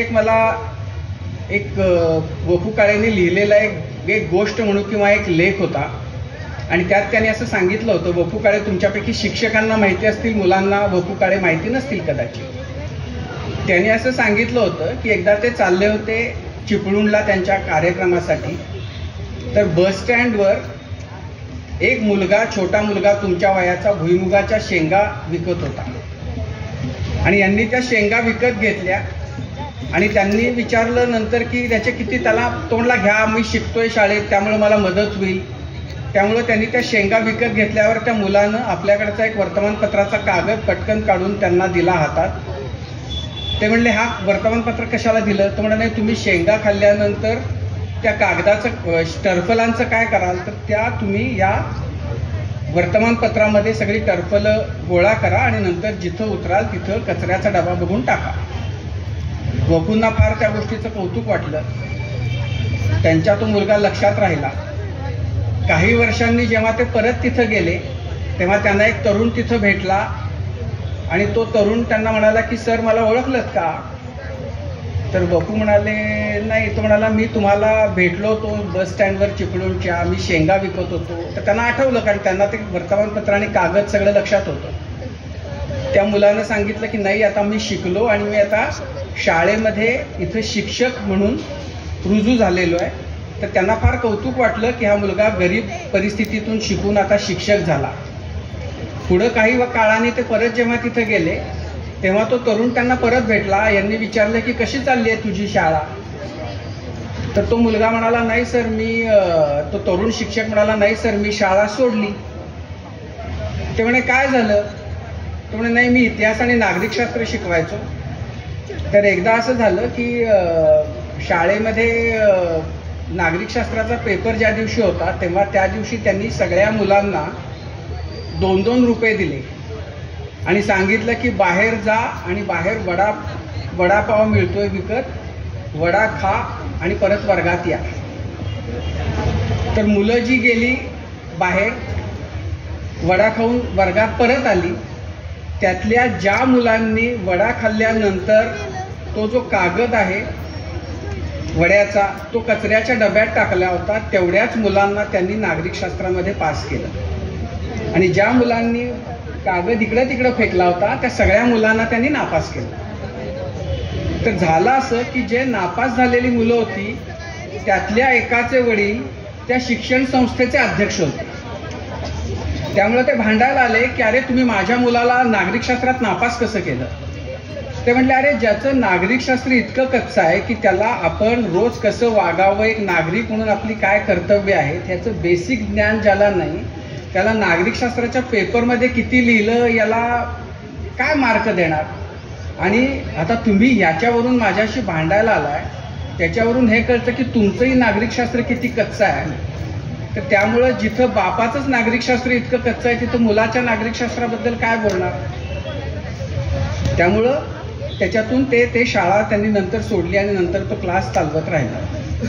मुद्दा असा की आपण आयुष्यामध्ये बाकी पुस्तकं ज्ञान आणि त्याच्याबद्दल पुस्तकी पांडित्यापेक्षा व्यवहारामध्ये आपण चांगलं माणूस कसं होतोय, चांगला नागरिक म्हणून आपण कसं राहतोय जगतोय हे फार महत्त्वाचं असतं. आणि त्यामुळं तुम्ही सगळ्या मुलांनी आयुष्यामध्ये जे काही तुमची स्वप्न आहेत ती जगण्यासाठी, ती प्रत्यक्षात आणण्यासाठी काम करावं, त्याच्यासाठी वाचावं, आणखीन मोठं व्हावं. पण ते करताना हे लक्षात ठेवलं पाहिजे की या देशाचे तुम्ही सगळेजण भावी नागरिक आहात आणि चांगला माणूस होणं आणि देशाचा चांगला नागरिक होणं हे सगळ्यात जास्त महत्त्वाचं आहे. तर त्यामुळं तुम्हाला चांगला माणूस होण्यासाठी आणि चांगला नागरिक होण्यासाठी मी खूप शुभेच्छा देतो. खूप वेळ झाली आहे, त्यामुळं आणखीन तुमचा अंत न पाहता थांबतो. नमस्कार. मनपूर्वक नमस्कार. तना मनास जागवी, तना मनास जागवी, आज ग्रंथ पालवी. तना मनास जागवी, आज ग्रंथ पालवी, उत्सवास ग्रंथांच्या रसिकताच बोलवी, रसिकताच बोलवी. आदरणीय व्यासपीठ आणि पालक, शिक्षक आणि बालकुमार मित्रमैत्रिणी, माझ्या 7व्या परीक्षेच्या क्षणी या ठिकाणी मी बोलायला उभा आहे. परंतु आयुष्यातली कुठलीच परीक्षा मी कधी अर्धवट सोडली नाही आणि त्याच्यामुळे मला दिलेल्या मिनिटांपेक्षा सुद्धा कमी मिनिटात मी माझं मनोगत व्यक्त करीन. ही मुलं सगळी 6:30 पावणे 7ला आलेत आणि आता एकात, तर त्यामुळे थोडी चुळबुळ होणं तुमची अगदी स्वाभाविक आहे. कदाचित मी तिथे असतो तरीसुद्धा मनात मी बोललो असतो, मनात होणेचं पुरे होऊ शकतं. पण तरी मी चिमुकल्या मित्रमैत्रिणीला विनंती करीन की मी आलो ठाण्याहून साताऱ्याला, तेव्हा नक्कीच काही मिनटं तुम्ही ऐका. व्यासपीठावरच्या सर्व आदरणीय मान्यवरांचा मी अगदी गतीने उल्लेख करतो कारण वेळ कमी आहे. परंतु आदरणीय उद्घाटक राजीवजी खांडेकर जे केवळ पत्रकार नाहीत, रसिकराज आहेत. समोरच्या कुठल्याही क्षेत्रातल्या व्यक्तिमत्वाला बोलकं कसं करायचं आणि त्याला न दुखवता परखडपणे सत्य कसं सांगायचं हे सांगणारे महाराष्ट्रातले फार कमी पत्रकार आहेत. त्याच राजीवजी आहेत, याचा मी खास तुमचा उल्लेख करीन आणि महाराष्ट्र त्याची नोंद घेत असतो. या ठिकाणी आदरणीय सूर्यवंशी साहेब आहेत. संपूर्ण राज्याचं शैक्षणिक नेतृत्व करणारं एक कर्तबगार, हसतमुख आणि उमेदीचं व्यक्तिमत्व हे आज या ठिकाणी लाभलं आणि त्यांच्याशी बोलायला मला मिळालं, हितगुज करायला मिळाली आणि आज मी त्यांच्याबरोबर या ठिकाणी व्यासपीठावर आहे. या ठिकाणी ज्यांच्या निमंत्रणामुळे मी आलो आणि येत गेलो आणि येत जाणार आहे ते आदरणीय शिरीषजी चिटणीस यांचा मी उल्लेख करीन की चिटणीस साहेब, तुमच्यामुळे मला आपला सातारा कळतो आहे. याचं कारण या साताऱ्याने महाराष्ट्राला नुसते कंदी पेढे दिले नाहीत तर ग्रंथप्रेमाचे सुद्धा पेढे दिलेत आणि त्यामुळे या साताऱ्यात यायला मला खूप आवडतं. एरवी मधुमेह असल्यावर पेढे कमी खावेत, पण वाचनाचा मधुमेह मला नसल्यामुळे ग्रंथांचे पेढे मी भरपूर खातो आणि या ठिकाणी त्यासाठी आलो आहे. म्हणून मी शिरीषजींचा सुद्धा खास उल्लेख करीन अत्यंत मानाने.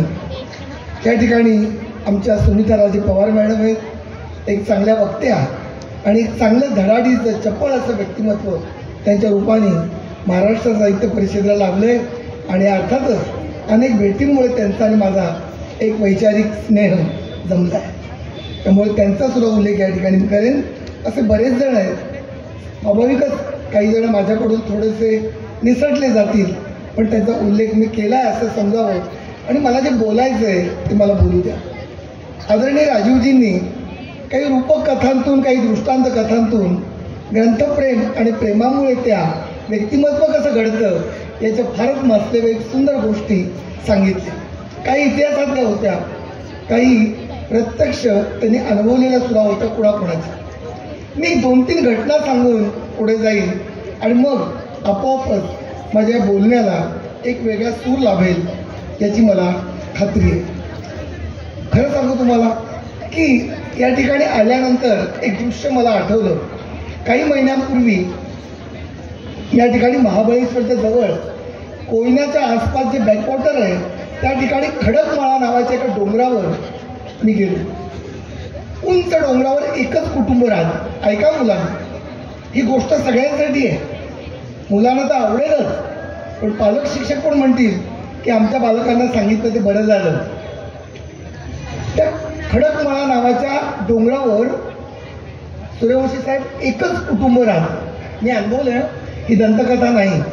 मुद्दामून मला त्या बॅकवॉटरच्या जवळ एक गाव आहे, ते मला आता नाव आठवत नाही, मला सांगितलं की ते घर बघायला चला. तिथे गेल्यानंतर आधी माझं जे स्वागत केलं ते कॉक कॉक करणाऱ्या कोंबड्यांनी, हंबरणाऱ्या गावल्यांनी, चिवताई होत्या. सगळं प्रांगण असताना तिथलं इतकं किलबिलणारं होतं.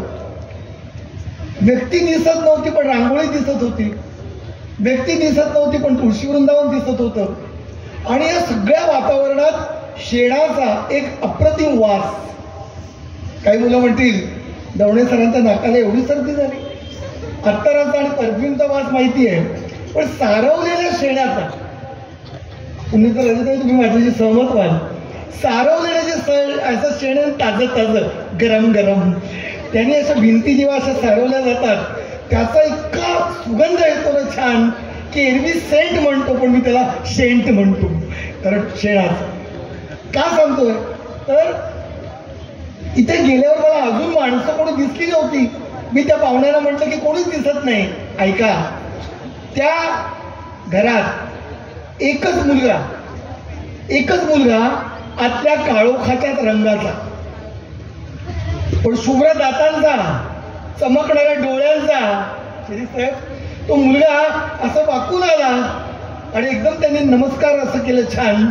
मला असं वाटलं अरे वेगळ्या दिव्यांची गरजच नाही, त्या मुलाचं अस्तित्वच त्या डोंगरावर दिवाळी करते. म्हणजे हा एक 10-11-12 वर्षाचा मुलगा असेल, अतिशयोक्ती नाही का. माझं वर्णन सामर्थ्य काही असेल तर टाळ्या वेगळ्या, पण जे मी पाहिले ते तुम्ही पाहायला जा तिथे. आता तो मुलगा मोठा झाला असेल 1-1.5 वर्षांनी, पुढे आहे का. गेल्यानंतर म्हटलं इतर जण कुठे आहेत, त्याचे आई वडील कुठेतरी दूर कष्टाला गेले होते शेतीच्या. ऐका, ओळख झाली आमची. त्यांनी आमचं स्वागत कशाने केलं, त्यांनी तिथल्याच गोठ्यातल्या गाई म्हशींच्या दुधाचं दही केलं होतं कावडीत, आणि त्या कवडी दह्याचं खापर हातात दिलं आणि मी ते इतकं छान खाल्लं, मी लाजलो नाही, अजून मागितलं. म्हटलं एवढं सुंदर दही. ओळख इथे संपत नाही. मी का सांगतोय हे, या ग्रंथोत्सवात हे उदाहरण सांगताना मी विषयांतर करतोय का बाळांनो, शिक्षकांना नाही. पुढे ऐका, त्या मुलाचं वागणं, त्या मुलाचं असं एक चपळ असणं, आमच्या भोवती वावरणं. मी म्हटलं काय रे, त्याचं नाव लखू. म्हटलं लखू, शाळेत जातोस का. होय सर, मी 7वीत आहे. 7वीत आहे. म्हटलं बघू तुझी वही. आणि राजीव साहेब, खरंच ते चित्रण कधी करायला मिळालं तर बघा तुम्ही, की ती अशी सगळी झोपडी, एकच काचेचं कौल, त्यामुळे तो प्रकाश. तिकडे मी गेलो आणि त्यांनी त्याच्या केव्हा तरी जांभळ्या असलेल्या निळ्या ट्रंकेतून उघडला तो, आणि त्यांनी मला त्याच्या वह्या दाखवल्या. त्याच्या वह्या मी चालल्या. मोत्यासारखं अक्षर नुसतं आपण म्हणतो, पण मोत्यांना म्हणावं लखूसारखं अक्षर. इतकी ती छान अक्षरं, मोहनमाळा, मौक्तिकाच्या माळा, सुंदर व्याकरण, उत्तम उत्कृष्ट. मी सगळं पाहिलं मुद्दामून. मी म्हटलं अरे रागावू नकोस किंवा उगीच कौतुक करत नाहीये. मी माझ्या महाविद्यालयातल्या मुलांचं सुद्धा इतकं छान अक्षर आणि इतकं सुंदर व्याकरण पाहत नाही. इतकं कोणी छान शिकवलं. आणि मग त्यांनी सांगितलं याचं कारण मी 2 दिवसात एकतरी पुस्तक वाचतो, आणि त्या ट्रंकेच्या खालून त्यांनी मला 30-40 पुस्तकं त्याच्या शिक्षकांनी त्यांना भेट दिलेली मला दाखवली. आणि पुढे तो म्हणाला की म्हणजे तुला कोण व्हायचंय. तो बोलला या देशाचं राष्ट्रपती व्हायचंय. म्हटलं राष्ट्रपती व्हावंसं का वाटतं. त्यांनी पटकन दुसऱ्या बॅगेतून हळूच अग्निपंख काढलं, APJ अब्दुल कलाम साहेबांचं. आदरणीय सूर्यवंशी साहेब हे हिरे आहेत आपल्याकडे, आणि हे घडवणारे शिक्षक आहेत. ते जे शिक्षक आहेत ना त्यांना तुम्ही टिपा. आज अशा तऱ्हेचे चपळ आणि गुणवेधी शिक्षक आहेत. साहित्य वेळ निर्माण करणारे, त्यांची सुद्धा वेगवेगळ्या प्रकारे उपेक्षा होते. त्यांना वाटत नाही काम करावं. असंही वेसा मी वेळ कमी आहे आणि तो विषय नाही, पण मी 25 तरी शिक्षक सांगेन मी पाहिलेले की जे वेड्यासारखे प्रयोग करतात खेड्यापाड्यामध्ये. अरे तो अक्कलकोटच्या जवळच्या एका गावात मयूर नावाचा शिक्षक आहेत. दिवाळी अंक आमच्याकडनं त्यांनी मागितले आणि आमच्याकडनं लेखकांकडनं मागितलेल्या दिवाळी अंकांचं प्रदर्शन भरवलं आणि तिथल्या मुलाला आणि शिक्षकाला प्रत्येक दिवाळी अंक वाचायला सांगितला. हा ग्रंथोत्सव नाही का? लक्षात ठेवा, नोकरीसाठी शिकवतात सगळेच, पण स्वधर्म म्हणून मला हे माझं कार्य सरस्वतीची पूजा म्हणून करायचे असे शिक्षक आणि असे पालकच उद्याचं भवितव्य घडवणार आहेत. म्हणून या ग्रंथोत्सवाचं मला विशेष कौतुक वाटतं. मित्रमैत्रिणींनो, या संपूर्ण नगरीचं नाव दिले आदरणीय यशवंतरावजी चव्हाण साहेबांचं नाव दिले. मी जाताना पुढे सांगेन, माझं भाग्य हे की माझ्या वयाच्या 17व्या-18व्या वर्षी दिल्लीला एका वेगळ्या कोर्सला गेलेलं असताना मी स्वतःहून, मला कुठल्याही तऱ्हेची भीती वाटली नाही आणि मी यशवंतरावजींना भेटलो. पुढे ऐका, मी एक 18 वर्षाचा पोर आणि यशवंतरावजी चव्हाण दिग्गज. पुढे ऐका, मी महाराष्ट्रातून आल्यानंतर पहिल्यांदा त्यांनी कुठल्या विषयाला सुरुवात केली असेल? आजचे राजकारणी आणि यशवंतरावजी यांच्यामधलं थोरवीतलं अंतर सोडून द्या, पण त्या अंतराची कारणं कशात दिसतात? त्या आदरणीय चव्हाण साहेबांनी माझ्यावर कुठल्या विषयावर बोलायला सुरुवात केली? त्या अर्धा तास माझ्यावर ग. माडगुळकरांच्या गीत रामायणावर बोलत होते. इतकंच नव्हे तर गीत रामायणातल्या सौंदर्यावर बोलत होते. मला इतकं आश्चर्य वाटलं की काही ठरवलं नाही, माझी अपॉइंटमेंट नाही, मी कोण आहे माहिती नाही. आणि त्यांनी महाराष्ट्रातून आल्यानंतर त्यांनी सुरुवात जी केली ती त्यांच्यावर बोलायला. ज्या तर्कतीर्थ लक्ष्मण शास्त्रांच्या मंडपाला नाव दिले, मी हे सगळं ग्रंथप्रेमाशी कसं गुंफून घेतो पा. आणि मग ही मुलं आता छान ऐकतायत, उद्गार चिन्हासारखी ताड बसले, भूक लागलेत पण तहानभूक विसरलेत, कारण त्यांना कळतंय की आपले जवळची उदाहरणं आहेत. हे तर्कतीर्थ लक्ष्मण शास्त्री जोशी कोण हे बघायला इथल्या सगळ्या सातारच्या मंडळींनी मी विनंती करीन, वर्षात एकदा तरी त्यांना वाईला न्या, कृष्णाकाठी न्या, तिथला तो मोठा गणपती दाखवाच. पण शिक्षक मित्रांनो आणि पालकांनो, हा ग्रंथोत्सव जर मुलांच्या मनात रुजवायचा असेल तर तर्कतीर्थांच्या वाईच्या गावी जाऊन विश्वकोशाचं काम कुठल्याही इमारतीत चालतंय ते दाखवा. आज त्यांना कळणार नाही कदाचित कुठली इमारत पाहतोय, पण त्यांना कळेल की बाहेरून सुंदर दिसणाऱ्या इमारती अनेक आहेत, पण माणूस पण अंतर्याम आणि संस्कृती सुंदर करणारी एखादीच इमारत असते, ती विश्वकोशाची असते. या तर्कतीर्थांना आदरणीय सूर्यवंशी साहेब, या तर्कतीर्थांना पहिल्या पुस्तकाच्या माझ्या निमित्ताने मी प्रस्तावना मागायला गेलो. माझी धिटाई पहा. काय असतं, तारुण्य असलं की वेडेपण असतं आणि वेडेपण असलं की कोण किती मोठं ते कळत नाही. मला आमच्या ठाण्याचे अनेक जण म्हणाले, तर्कतीर्थ आणि तुला प्रस्तावना देणार, कशाला जातोस तिकडे? बघा, एखाद्या मोठ्या संधीपासून मागे नेणारे, मागे खेचणारे बरेच आहेत. पण माझ्या वडिलांनी काय सांगितलं माहितीये? माझे वडील म्हणाले, प्रवीण, कल्पनेतल्या कल्पनेत संधीचे गर्भपात करू नकोस. कल्पनेतल्या कल्पनेतच तर्कतीर्थ देणार नाही म्हणतील, घरात घेणार नाही, जातं घरात धडक. हे मुद्दामून सांगतोय, पालक काय करू शकतात. तर्कतीर्थांकडे मी गेलो, आजही मी सांगेन, वेगळं वर्णन करत नाही, खूप करू शकेन, पण मला घड्याळाचे काटे टोचतायत म्हणून मी करत नाही. पण आतमध्ये गेल्यानंतर वेळ घेतली होती, पत्र पाठवलं होतं, पण तर्कतीर्थाचं व्यक्तिमत्व मी सांगतोय मुद्दामून. आपण नुसतं बोलतो रे तोंडानी, पण ग्रंथाधिष्ठित व्यक्तिमत्व मुकी असली तरी पण बोलकी असतात, कारण त्यांच्या ग्रंथीत ग्रंथ असतात. ते असे आले, त्या वाहना अशा करकरल्या आणि आवाज असा छान. बालमित्र मैत्रिणींनो आणि पालकांनो आणि आदरणीय व्यासपीठ, काही जणांना नमस्कार केला जात नाही, काही जणांना नमस्कार केला जात नाही, झाल्यावर कळतं की नमस्कार जा. जसं घरातून बाहेर, खोलीतून बाहेर लता मंगेशकर आल्या तर काही नमस्कार कर म्हणून कोणाला सांगावं लागतं. एक तर आपण असा हात धरतो आणि डोळ्यात पाणी येतं, ते डोळ्यातलं पाणीच नमस्कार असतं. तसं तर्कतीर्थानं पाहिलं आणि नमस्कार झाला. आणि तिथे भिंतीच नव्हत्या. जेव्हा मी गेलो त्या वाड्यात, त्या घराला भिंती नव्हत्या सिमेंटच्या. मित्रांनो, त्या घरांना भिंती होत्या ग्रंथांच्या. ग्रंथांनी सावरलेलं घर. शिरीसाहेब डोळ्याने पाहिलं, मानेसर डोळ्याने मी पाहिलं की दिसतच नव्हतं, सगळीकडे ग्रंथ. तोपर्यंत माझं वय जरा वाढलं होतं, 22-23 झालं होतं. गद्दे 25ची सुरुवात होती, म्हणून मी त्या गद्दे 25च्या वातावरणात पटकन काही विचारलं शास्त्रीजींना. काही वेळा काय होतं, आपण काय वेड्यासारखं बोलून गेलो ना ते त्या क्षणी नाही कळलं.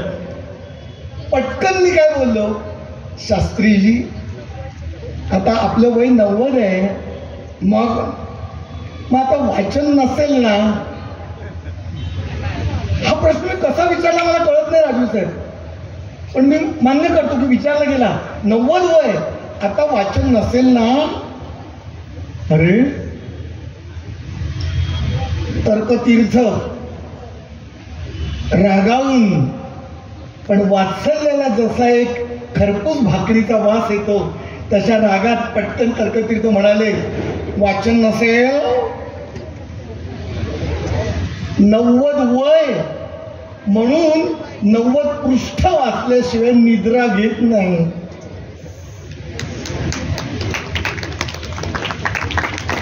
मी काय वाक्य बोललो ते मुलांना उद्या वर्गात समजावून सांगा मित्रांनो. कोणीतरी टाळी वाजवते म्हणून टाळी नको आहे. मी टाळ्या वेचायला नाही आलो, मी तुमचे निश्चय वेचायला आलो. निश्चय पाहिजेत. काय सांगायचंय की 90 वय म्हणून 90 पानं वाचल्याशिवाय, पृष्ठ वाचल्याशिवाय मी निद्रा घेत नाही. ठरवून गेलो, मंतरून गेलो, आणि तसाच तसा किस्सा दुसऱ्या दिवशी मी माझ्या वर्गातल्या मुलांना सांगितला, कॉलेजमधल्या. आता पुढे जा. हा किस्सा सांगितल्यावर ठाण्यातली मुलं, सुविद्य कॉलेजची तरुण, पटकन एक चावट मुलगा उभा राहिला आणि म्हणाला, दवणे सर, म्हणजे आम्ही फक्त 18 पानं वाचायची का? त्यांनी 90 वय म्हणून 90 पानं, तर माझा विद्यार्थी म्हणतो 18 वर्षाचा 12वीतला, म्हणजे मी 18 पानं वाचायची का? चातुर्य हे प्रगतीच्या अनेकदा आड येतं. चातुर्य हवंच, पण चलाखी नको. मित्रमैत्रिणींनो आणि पालक आणि शिक्षक मित्र हो, वाचक हो, तुम्हाला मला सांगायचं आहे की वाचनाची माध्यमं बदलू देत. अलीकडे मुलं वाचतायत, वेगवेगळ्या माध्यमांतून हे मी पाहतोय. त्यांचे माझ्याकडे अनेक किस्से आहेत, पण वेळ नाही आहे. तुम्हाला सांगू की मुलं वाचतायत, त्यांची माध्यमं बदलतात. किंडल सारख्या साधनातून वाचतायत, मोबाईलमधून ते पुस्तकं वाचतायत. पण हा माझा निरोप पत्रकार मित्रांनी सगळ्या समाजाकडे न्यावा. यंत्राच्या साहाय्याने कितीही तुम्ही वाचन करा, कागदावरचा मजकूरच कागदावर उतरतो असं माझं मत. कारण कागद करतात झाडाचा, झाडाच्या सालीचा, आणि झाडाची मुळं असतात मातीत. त्यामुळे त्या मजकुराला इथल्या मराठी मातीचा सुगंध असतो की जो आपल्याला वेधुंड करतो, जीवन घडवतो. म्हणून त्यांच्याकडे ही कागदावरची पुस्तकं द्या. हा एक 7वा ऋतू यशवंतराव नगरीत उभारला गेला आहे. 6 ऋतूंनी निसर्ग बाहेरचं जग सुंदर करतो, पण ग्रंथ नावाच्या 7व्या ऋतूनं माणसाच्या अंतर्यामाचं, हृदयातलं जग सुंदर होतं. या 7व्या ऋतूला प्रत्येक फांदीला, म्हणजे प्रत्येक स्टॉलला तुम्ही भेट द्याच, पण ग्रंथांची गाठ घ्या आणि आईबाबांना सांगा, या वाढदिवसाला 500 रुपयाचा केक कदाचित 100च आणा, पण 400 रुपयाची 2 पुस्तकं घ्या. तुम्ही मागणी करा. मी फार जपून बोलताना सांगेन, हे बोलणं कदाचित काहींना आवडणार नाही, पण मी जपून बोलीन ते म्हणजे हे की ज्याप्रमाणे पालकांनी मुलांना घडवायचं असतं, त्याप्रमाणे जागृत झालेल्या मुलांनी सुद्धा पालकांना ग्रंथाबद्दल जागं करायचं असतं. या मताचा मी आग्रह धरा. आईवडील म्हणतील कदाचित, काही जणांचे, सगळेच नाहीत, पण काही जणांचे म्हणतील, यांनी काही 4% वाढणार आहेत का?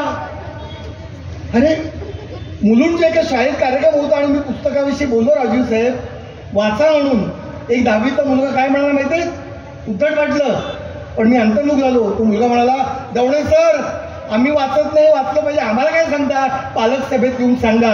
तर वेगळं पुस्तक घेतलं तर आई वडीलच हातातून ओढतात, टक्के वाढणार आहेत का? हे बदललं पाहिजे. हा बदल कसा करणार? या ठिकाणी आदरणीय संचालक साहेब आहेत राज्याचे, त्यांच्या पुढे मी विनम्रतेने सांगेन, अत्यंत नम्रतेने सांगेन, साहेब केवळ कागदावरच्या फतव्यांनी हे वातावरण बदलणार नाही. तुम्ही फतवे काढाल छान, आणि मग काय करतील माहिती, शिक्षक आणि पालक पुढे जाऊन सांगतो, मुलांना एकत्र करतील, हातात पुस्तकं देतील, ठाक ठाक फोटो, आणि फोटो दुसऱ्या दिवशी घेऊन पडतील दणादण. केवळ चलाखी. हे आम्हाला काम सांगितलं, आले फोटो नाही. लक्षात ठेवा, ती पुस्तकं उलटी धरलेत का सुलटी ते पण माहिती नसेल, फोटो तर आला, पाठवला, आम्ही मोकळे. मी एकच सांगेन, केवळ कागदावरच्या फतव्यांनी संस्कृती बदलणार नाही, वाचन वाढणार नाही. पुढे ऐका, घरात वातावरण दिसलं पाहिजे वाचनाचं. त्याचं काय करायचं? शिरीष साहेब, आनंदाच्या भरात पण मी खंत व्यक्त करतो, ती खंत ती पण नोंद घ्या. काही कारणं असतील, मधला वार आहे, मला सगळं माहिती आहे, पण सातारा आणि परिसरातले अनेक शिक्षक, पालक आणि रसिक यांनी उत्साहाने, चैतन्याने उद्घाटनाला अधिक संख्येने यायला हवंय की नको? नंतर कारण संख्या वाढवण्यासाठी नव्हे, संध्याकाळी येतील, रात्री येतील, उद्या येतील, भेटी देतील, सगळं दणक्यात होईल. पण आम्ही जे काही सांगतोय तो टाइमपास आहे का? राजीवजी मुद्दामून आलेत, मी मुद्दामून आलोय. या ठिकाणी वेगळ्या वेळा जुळवून सूर्यवंशी साहेब आलेत, आहे की नाही हे सांगायला अर्थ का केवळ मांडव म्हणजे सजावट नाही, विचारांची सजावट आहे ना. मग मी त्या पालकांना, इथे नसलेल्या पत्रकारांच्या माध्यमातून सांगेन, घरात वाचनाचं पर्यावरण पाहिजे. घरात शिक्षकांचं, शाळेमध्ये, स्टाफरूममध्ये पाहिजे. तुम्हाला इथे ओघाने सांगेन जाताना, माझं भाग्य हे की वाचणारे शिक्षक मी इतके पाहिले, त्यांची नावं मी सांगितल्यानंतर ही ज्येष्ठ पिढी आहे ती सतारेल आणि इथली व्यासपीठावरची पिढी मंतरून जाईल. काय सांगताय असं मनात म्हणतील, ज्यांची नावं मी घेईन असे शिक्षक मला लाभले. मग प्रवीण दवण्यांचं जे कौतुक होतं, ओळख करून दिली जाते, शाल आणि छान पेढे दिले जातात, ते हात माझे असतात, पण ते पेढे खरे माझ्या वाचनाची प्रेम लावणाऱ्या गुरूंचे असतात. मी कुरिअर सर्व्हिस आहे, त्यांच्या आठवणीनं मी देईन. आणि अशी कोण माणसं, शिरीषजी, डॉक्टर सरोजिनी वैद्य, ललित लेखिका, उत्तम समीक्षक, MA ला मला होत्या. जेव्हा जेव्हा मी ऑफ तासाला जायचो ना ताई, तेव्हा तेव्हा मला फक्त सरोजिनी ताई फक्त वाचताना दिसायच्या. डॉक्टर वैदी कुलकर्णी माझे शिक्षक, ग्रंथाधिष्ठित. अर्जुन वाडकर सर, ही नावं मुलांना कदाचित नक्कीच माहिती नाहीत, नसू द्या. ही नावं कोण आहे काय सांगणार? आम्हाला शिकवायला कविश्रेष्ठ केशव मेश्राम होते, हातात 4 पुस्तकं असल्याशिवाय वर्गात यायचे नाहीत. ही नावं आज सगळे आमच्यातले लेखक कवी नसतील झाले, मी कदाचित आणखीन कोणी लेखक कवी झालो असेल, पण बाकीचे उरलेले उत्तम वाचक तर झाले. उत्तम वाचक होणं हाच तर पाया आहे. शांताबाई शेळके, जनात मनात नाव असलेलं, खोटं वाटेल, मी माझ्या कॉलेजमधली पुस्तकं शांताबाईंना द्यायचो आणि शांताबाई त्यांच्या MD कॉलेजमधली पुस्तकं मला द्यायचे. असं आमचं आदान प्रदान व्हायचं. तेव्हा मी काय आजच्या वयाचा होतो का? घरात वातावरण कसं? 1 तारखेला वडिलांचा पगार झाला की मग आई वडील यादी करायला बसायचे. पहिलं असायचं 1 नंबर कुंकू म्हणजे पिंजळ, आणि मग तूर डाळ, मूग डाळ, मसूर डाळ, मी सगळी यादी 1 तारखेला ऐकायचो. दरवर्षी दर महिन्याला तीच यादी. वडिलांना पगार 220 रुपये, कमीत कमी कसं करता येईल ते आई बघायची. पुढे ऐका, आणि सगळी यादी करताना शेवटचं असायचं वाचनालयाची फी.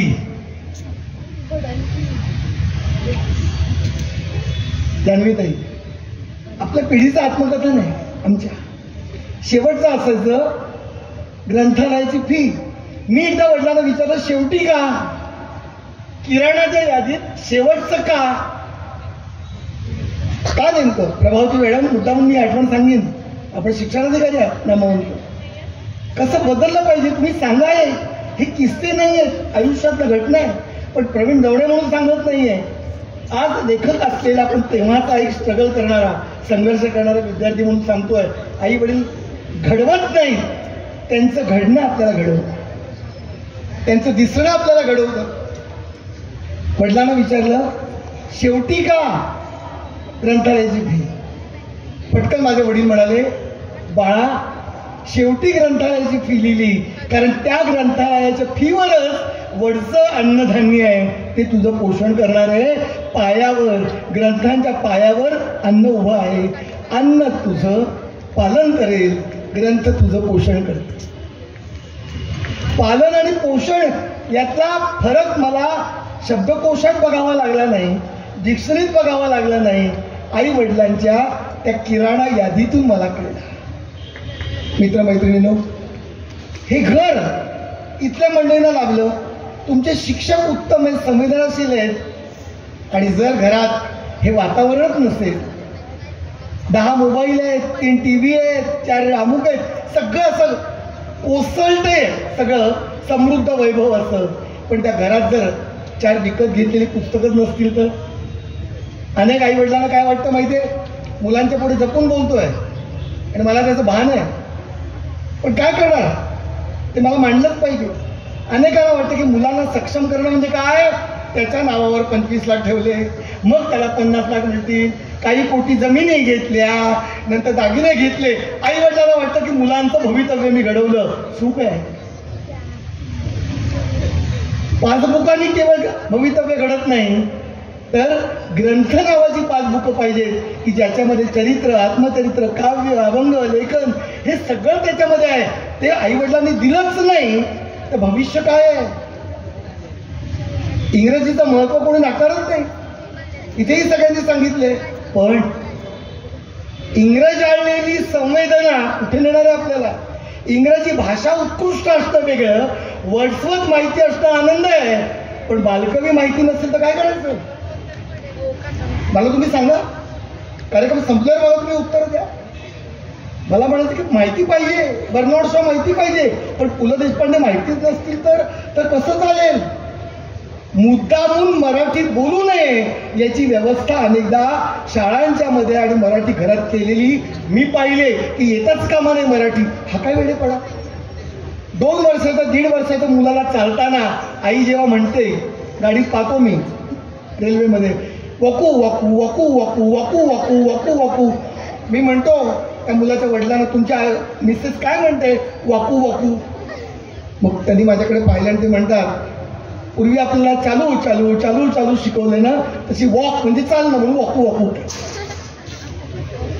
विचार करा, हा कार्यक्रमातला केवळ विनोद असता तर मी सुखावलं. हे सत्य आहे, माहितीच नाही आहे. धड मराठी नाही, धड इंग्रजी नाही, धड हिंदी नाही, टवके उडालेली आणि एक भाषा अभिव्यक्तीची नसलेली जर मुलं पुढे असेल तर आज अभिजात मराठीचा दर्जा जो मिळाला आहे, ती अभिजातता टिकवण्यासाठी आपल्या पिढीने काय दिलं याचं उत्तर काय द्यायचं? कोकणात तरुण मुलं जातात ती गाडी करून, 8-10 माणसाची कुठली गाडीची कंपनी माहिती नाही, सगळे बसले 10-12 जण आंबे खायला जातात. आंबे लावलेत कुणी? वडिलांनी नाही, लावलेत कुणी? आजोबांनी, आजींनी. आजी आजोबांनी लावलेले आंबे खायला जातात, रसरशीत रस पितात आणि बाटे फेकून येतात आजी आजोबांसारखे. बाळांनो, आंबे तेव्हा लावले 70 वर्षापूर्वी म्हणून तुम्हाला फळं मिळत आहेत. पुस्तकांच्या बिया आजच्या आजोबांनी जर नातवंडांसाठी नाही लावल्या तर पुस्तकांच्या वसंत ऋतूतले आंबे कसे मिळतील? खाव आहे हे, नुसतं टाइमपास नाही आहे. सूर्यवंशी साहेब, मी जे बोलतोय ना ते मी अक्षरशः आलो यांनी बोलवले म्हणून नाहीये. माझी तडफड आणि तगमग ही आहे, इंग्रजी वाचल्याबद्दल नाही. इंग्रजी वाचा, उर्दू वाचा, पंजाबी वाचा, बंगाली वाचा, हे सगळं माहिती असताना आमचा मानव संप्रदाय माहिती नसेल, लीळा चरित्र माहितीच नसेल, महदाईचा माहिती नसेल, ज्ञानेश्वरी तुकाराम नावच ऐकली नसतील तर या मुलांचे चेहरे ना पैलू न पाडलेल्या सपाट काचेसारखे दिसतील. बघा तुम्ही, मी जाहीरपणे सांगतोय आणि एका महत्वाच्या व्यासपीठावर सांगतोय, आत्ताचे आणि पुढचे अनेक मानसिक रोग, अनेक मानसिक विकार हे त्याच्या मुळाशी भाषा आणि भाषेतून मिळणारं भविष्यातलं तत्वज्ञान नसल्यामुळे होणार आहे याची नोंद घ्या. अरे श्यामची आई वाचलं, संघर्ष कळला. माझी आई प्रवीणची आई असली तरी श्यामची आई शेकरूप झाली ना. आचार्य अत्रेंचं आत्मचरित्र वाचलं, तऱ्हेचे पाणी, त्यांचा स्ट्रगल कळला ना. हे सगळं मी सांगू शकेन कितीतरी. साहित्य तुम्हाला भविष्यातले प्रश्न वर्तमानात आणून देते आणि सोडवायला मदत करते. 21 अपेक्षित प्रश्नांची गाईड्स असतात, पण 21 अनपेक्षित प्रश्नांची गाईड्स नसतात. जीवनातले प्रश्न अपेक्षित नसतात, जीवनातले प्रश्न अनपेक्षित असतात. लग्न, विवाह, मनोमिलन, आईवडील नाती, अनेकदा होणारे पराभव, कधी जिंकणं, हे सगळं साजरं कसं करणार? ही मुलं आता जर चोळबोळ करत असते तर चुकीचं नाहीये. हे आपलं प्रगती पुस्तक आहे. आपलं जसं एक प्रगती पुस्तक आहे तसं शाळेचं एक प्रगती पुस्तक असतं. एकाग्र मुलं वाचावे कसे शिकवतो का, ऐकावे कसं शिकवतो का, वर्गात कसं बसावं शिकवतो का?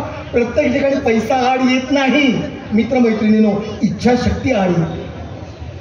हाच केवळ 8-9 लाखामध्ये हे सगळं भव्य. रात्रीपासून मी इथे आमच्या पवारताई साक्षीदार आहेत. वेड्यासारखं झालंय माझं लहान मूल. मला असं वाटतच नाही की माझं वय काय, मी प्रौढ झालोय. माझं लहान मूल झालंय. घर फिरे पाळणा, बघा बघा ग जत्रा, हे पाहू की ते पाहू ग, हवेत डोळे सतरा, अशी माझी अवस्था झाली. का? कारण पुस्तकामध्ये सामर्थ्य आहे आपलं वय पुसण्याचं आणि पुन्हा तरुण करण्याचं. आणि अशा मनाच्या तारुण्य नगरीत आपण आलोय. व्यक्तीला व्यक्तिमत्व मिळायचं असेल, ऐका, व्यक्तीला व्यक्तिमत्व मिळायचं असेल तर व्यक्त व्हायला शिकवा. आणि व्यक्त होणं म्हणजे अभिव्यक्त होणं नाही. आज बोटाने बटन दाबलं की काहीही लिहिता येतो. मगाशी सांगितलं आदरणीय सूर्यवंशी साहेबांनी, मुलं काय वाचतायत ते बघा, मुलं काय बघतायत ते बघा. हे पालकत्व आहे, साधी गोष्ट नाही. त्या रील्स बघता बघता त्या रीलला आपला भविष्यकाळ केव्हा गुंडाळला जातो आणि वेळ केव्हा कचऱ्यात जातो हे नाही कळलं तर मुलांना जन्म देऊन उपयोग काय आहे? जन्म दिला की आईवडील होतो, पण पुस्तकं हाती दिली की पालक होतो. सगळे जन्म देणारे पालक नसतात. सांस्कृतिक जागे पण त्याच्यात निर्माण करावे. आणि त्यामुळे मला असं वाटतं चोही बाजूने आता हाळी उठवली पाहिजे. ही पिढी गोड आहे, बुद्धिमान आहे, सुंदर आहे, टिकलं की उगवणारी आहे, पण आपण काय घालतो त्याच्या मुळात त्याचा विचार करतो. आदरणीय राजीव साहेब, या ठिकाणी मी सांगतोय, किडलेली बिघडलेली पिढी तरुण नाहीये. तरुणांचं किडणं आणि बिघडणं हा परिणाम आहे. त्याची कारणं प्रौढ पिढीत आहे. आज बघा तुम्ही, आज चित्र बघा तुम्ही कुठल्याही वाहिनीवर, काय कशी मुलं आहेत, त्यांचं घर, मला त्यांचं घर, त्यांचे आई वडील दिसतात, त्यांची पत्नी दिसते, त्यांची मुलं दिसतात. का असं वागतायत? याचं कारण काय दिलंय त्याला समाजाने? कुठेतरी विचार करू. परंतु इतका सकारात्मक विचार करून हा ग्रंथ महोत्सव 24 वर्ष पूर्ण करून रौप्य महोत्सवाला साथ घालतोय. लखातोय की भर दुपार चांदण्याची करण्याचं सामर्थ्य या सगळ्या ग्रंथोत्सवात. नेटकं नियोजन, सकाळची अप्रतिम दिंडी, सजलेली मुलं, जवळजवळ 10 ते 12 चित्ररथ, वेळेवर आलेले शिक्षक, आम्ही वेळेवर आलेले पाहुणे, या सगळ्यामुळे सातारचा जो रस्ता आहे ना तो असा गुलाल अभिराने धुंद झाला. ग्रंथ पंढरीचा समारोप या सुंदर कळसाच्या अध्याय झाला. उद्घाटनाला शिखर लाभलं. मित्रांनो, उत्तम नियोजन, चांगलं स्वागत, उत्तम आतिथ्य, याबरोबर हौशीने आणि आनंदाने आतले जे रसिक आहेत, जे पुस्तक विकत घ्यायला येणार आहेत, त्यांनी पण या सोहळ्याला येण्याची पुढच्या वर्षी तरी तरतूद करावी. जबरदस्तीने नव्हे, डोकी मोडण्यासाठी नव्हे, मन वाढवा, केवळ डोकी नको, प्रयत्न तर करा. तेव्हा अशा तऱ्हेच्या या महोत्सवात, या ग्रंथोत्सवात केवळ पाहुणे म्हणून नव्हे तर ग्रंथमित्र म्हणून, केवळ लेखक म्हणून नव्हे तर वाचनावर आणि मातृभाषेवर नितांत प्रेम करणारा, आईच्या दुधा इतकंच वात्सल्याशी नातं जोडणारा एक वाचक तुम्ही बोलावलात. म्हणून संयोजकांचा, इथल्या व्यासपीठाचा इतकं एकाग्रपणे ऐकून मला कणभराचा व्यत्यय न देता प्रत्यय देणाऱ्या सगळ्या श्रोत्यांचा आभारी आहे. धन्यवाद. धन्यवाद. सर्व मान्यवरांना नमस्कार. सातारा जिल्हा ग्रंथ महोत्सव हा तर्कतीर्थ लक्ष्मण शास्त्री नगरीमध्ये आज संपन्न होत आहे. या कार्यक्रमाचे उद्घाटक आणि ABP माझाचे प्रमुख संपादक आदरणीय राजीवजी खांडेकर सर आणि खांडेकर वहिनी या कार्यक्रमाला आमच्या विनंतीला मान देऊन उपस्थित राहिल्या आणि त्यांनी आपल्याला जे काही बहुमोल मार्गदर्शन केलं याबद्दल ग्रंथ महोत्सव समितीच्या वतीनं आम्ही त्यांचे मनपूर्वक आभार मानतो. अतिशय मंत्रमुग्ध करणारं असं हे भाषण आत्ता आपण ऐकलेलं आहे. ते मार्गदर्शक आणि या ग्रंथ महोत्सव उद्घाटक कार्यक्रमाचे अध्यक्ष आदरणीय प्राध्यापक प्रवीण दवणे सर यांचेही मी आपल्या समितीच्या वतीनं मनपूर्वक आभार मानतो. आजच्या कार्यक्रमाचा एक दुग्ध शर्करा योग आहे. तो म्हणजे आपल्या राज्याचे माध्यमिक आणि उच्च माध्यमिक शिक्षण विभागाचे संचालक आदरणीय सूर्यवंशी साहेब आवर्जून आज आपल्याला या ठिकाणी उपस्थित राहिले. त्यांनी आपल्याला बहुमोल मार्गदर्शन केलं. याबद्दल मी आपल्या ग्रंथ महोत्सव समितीच्या वतीनं त्यांचे आभार मानतो. सर आल्यामुळं निश्चितच आपल्याला खात्री आहे की या 4 दिवसामध्ये या जिल्ह्यातले सर्व शिक्षक आणि ग्रंथपाल हे निश्चित या ग्रंथ महोत्सवाला भेट देतील. त्याचबरोबर या जिल्ह्याच्या शिक्षणाधिकारी प्रभावती कोळेकर मॅडम तसेच व्यासपीठावरील सर्वच मान्यवर, आपल्या महाराष्ट्र साहित्य परिषदेच्या प्रमुख कार्यवाह सुनीताराजे पवार मॅडम, माझे सर्व ग्रंथ महोत्सव समितीचे सहकारी, त्याच्यामध्ये आज जरी आपले अध्यक्ष या ठिकाणी उपस्थित नसले तरी ग्रंथरूपानं त्याच्या दोन्ही ग्रंथांचं प्रकाशन आपण समितीनं केलेलं आहे.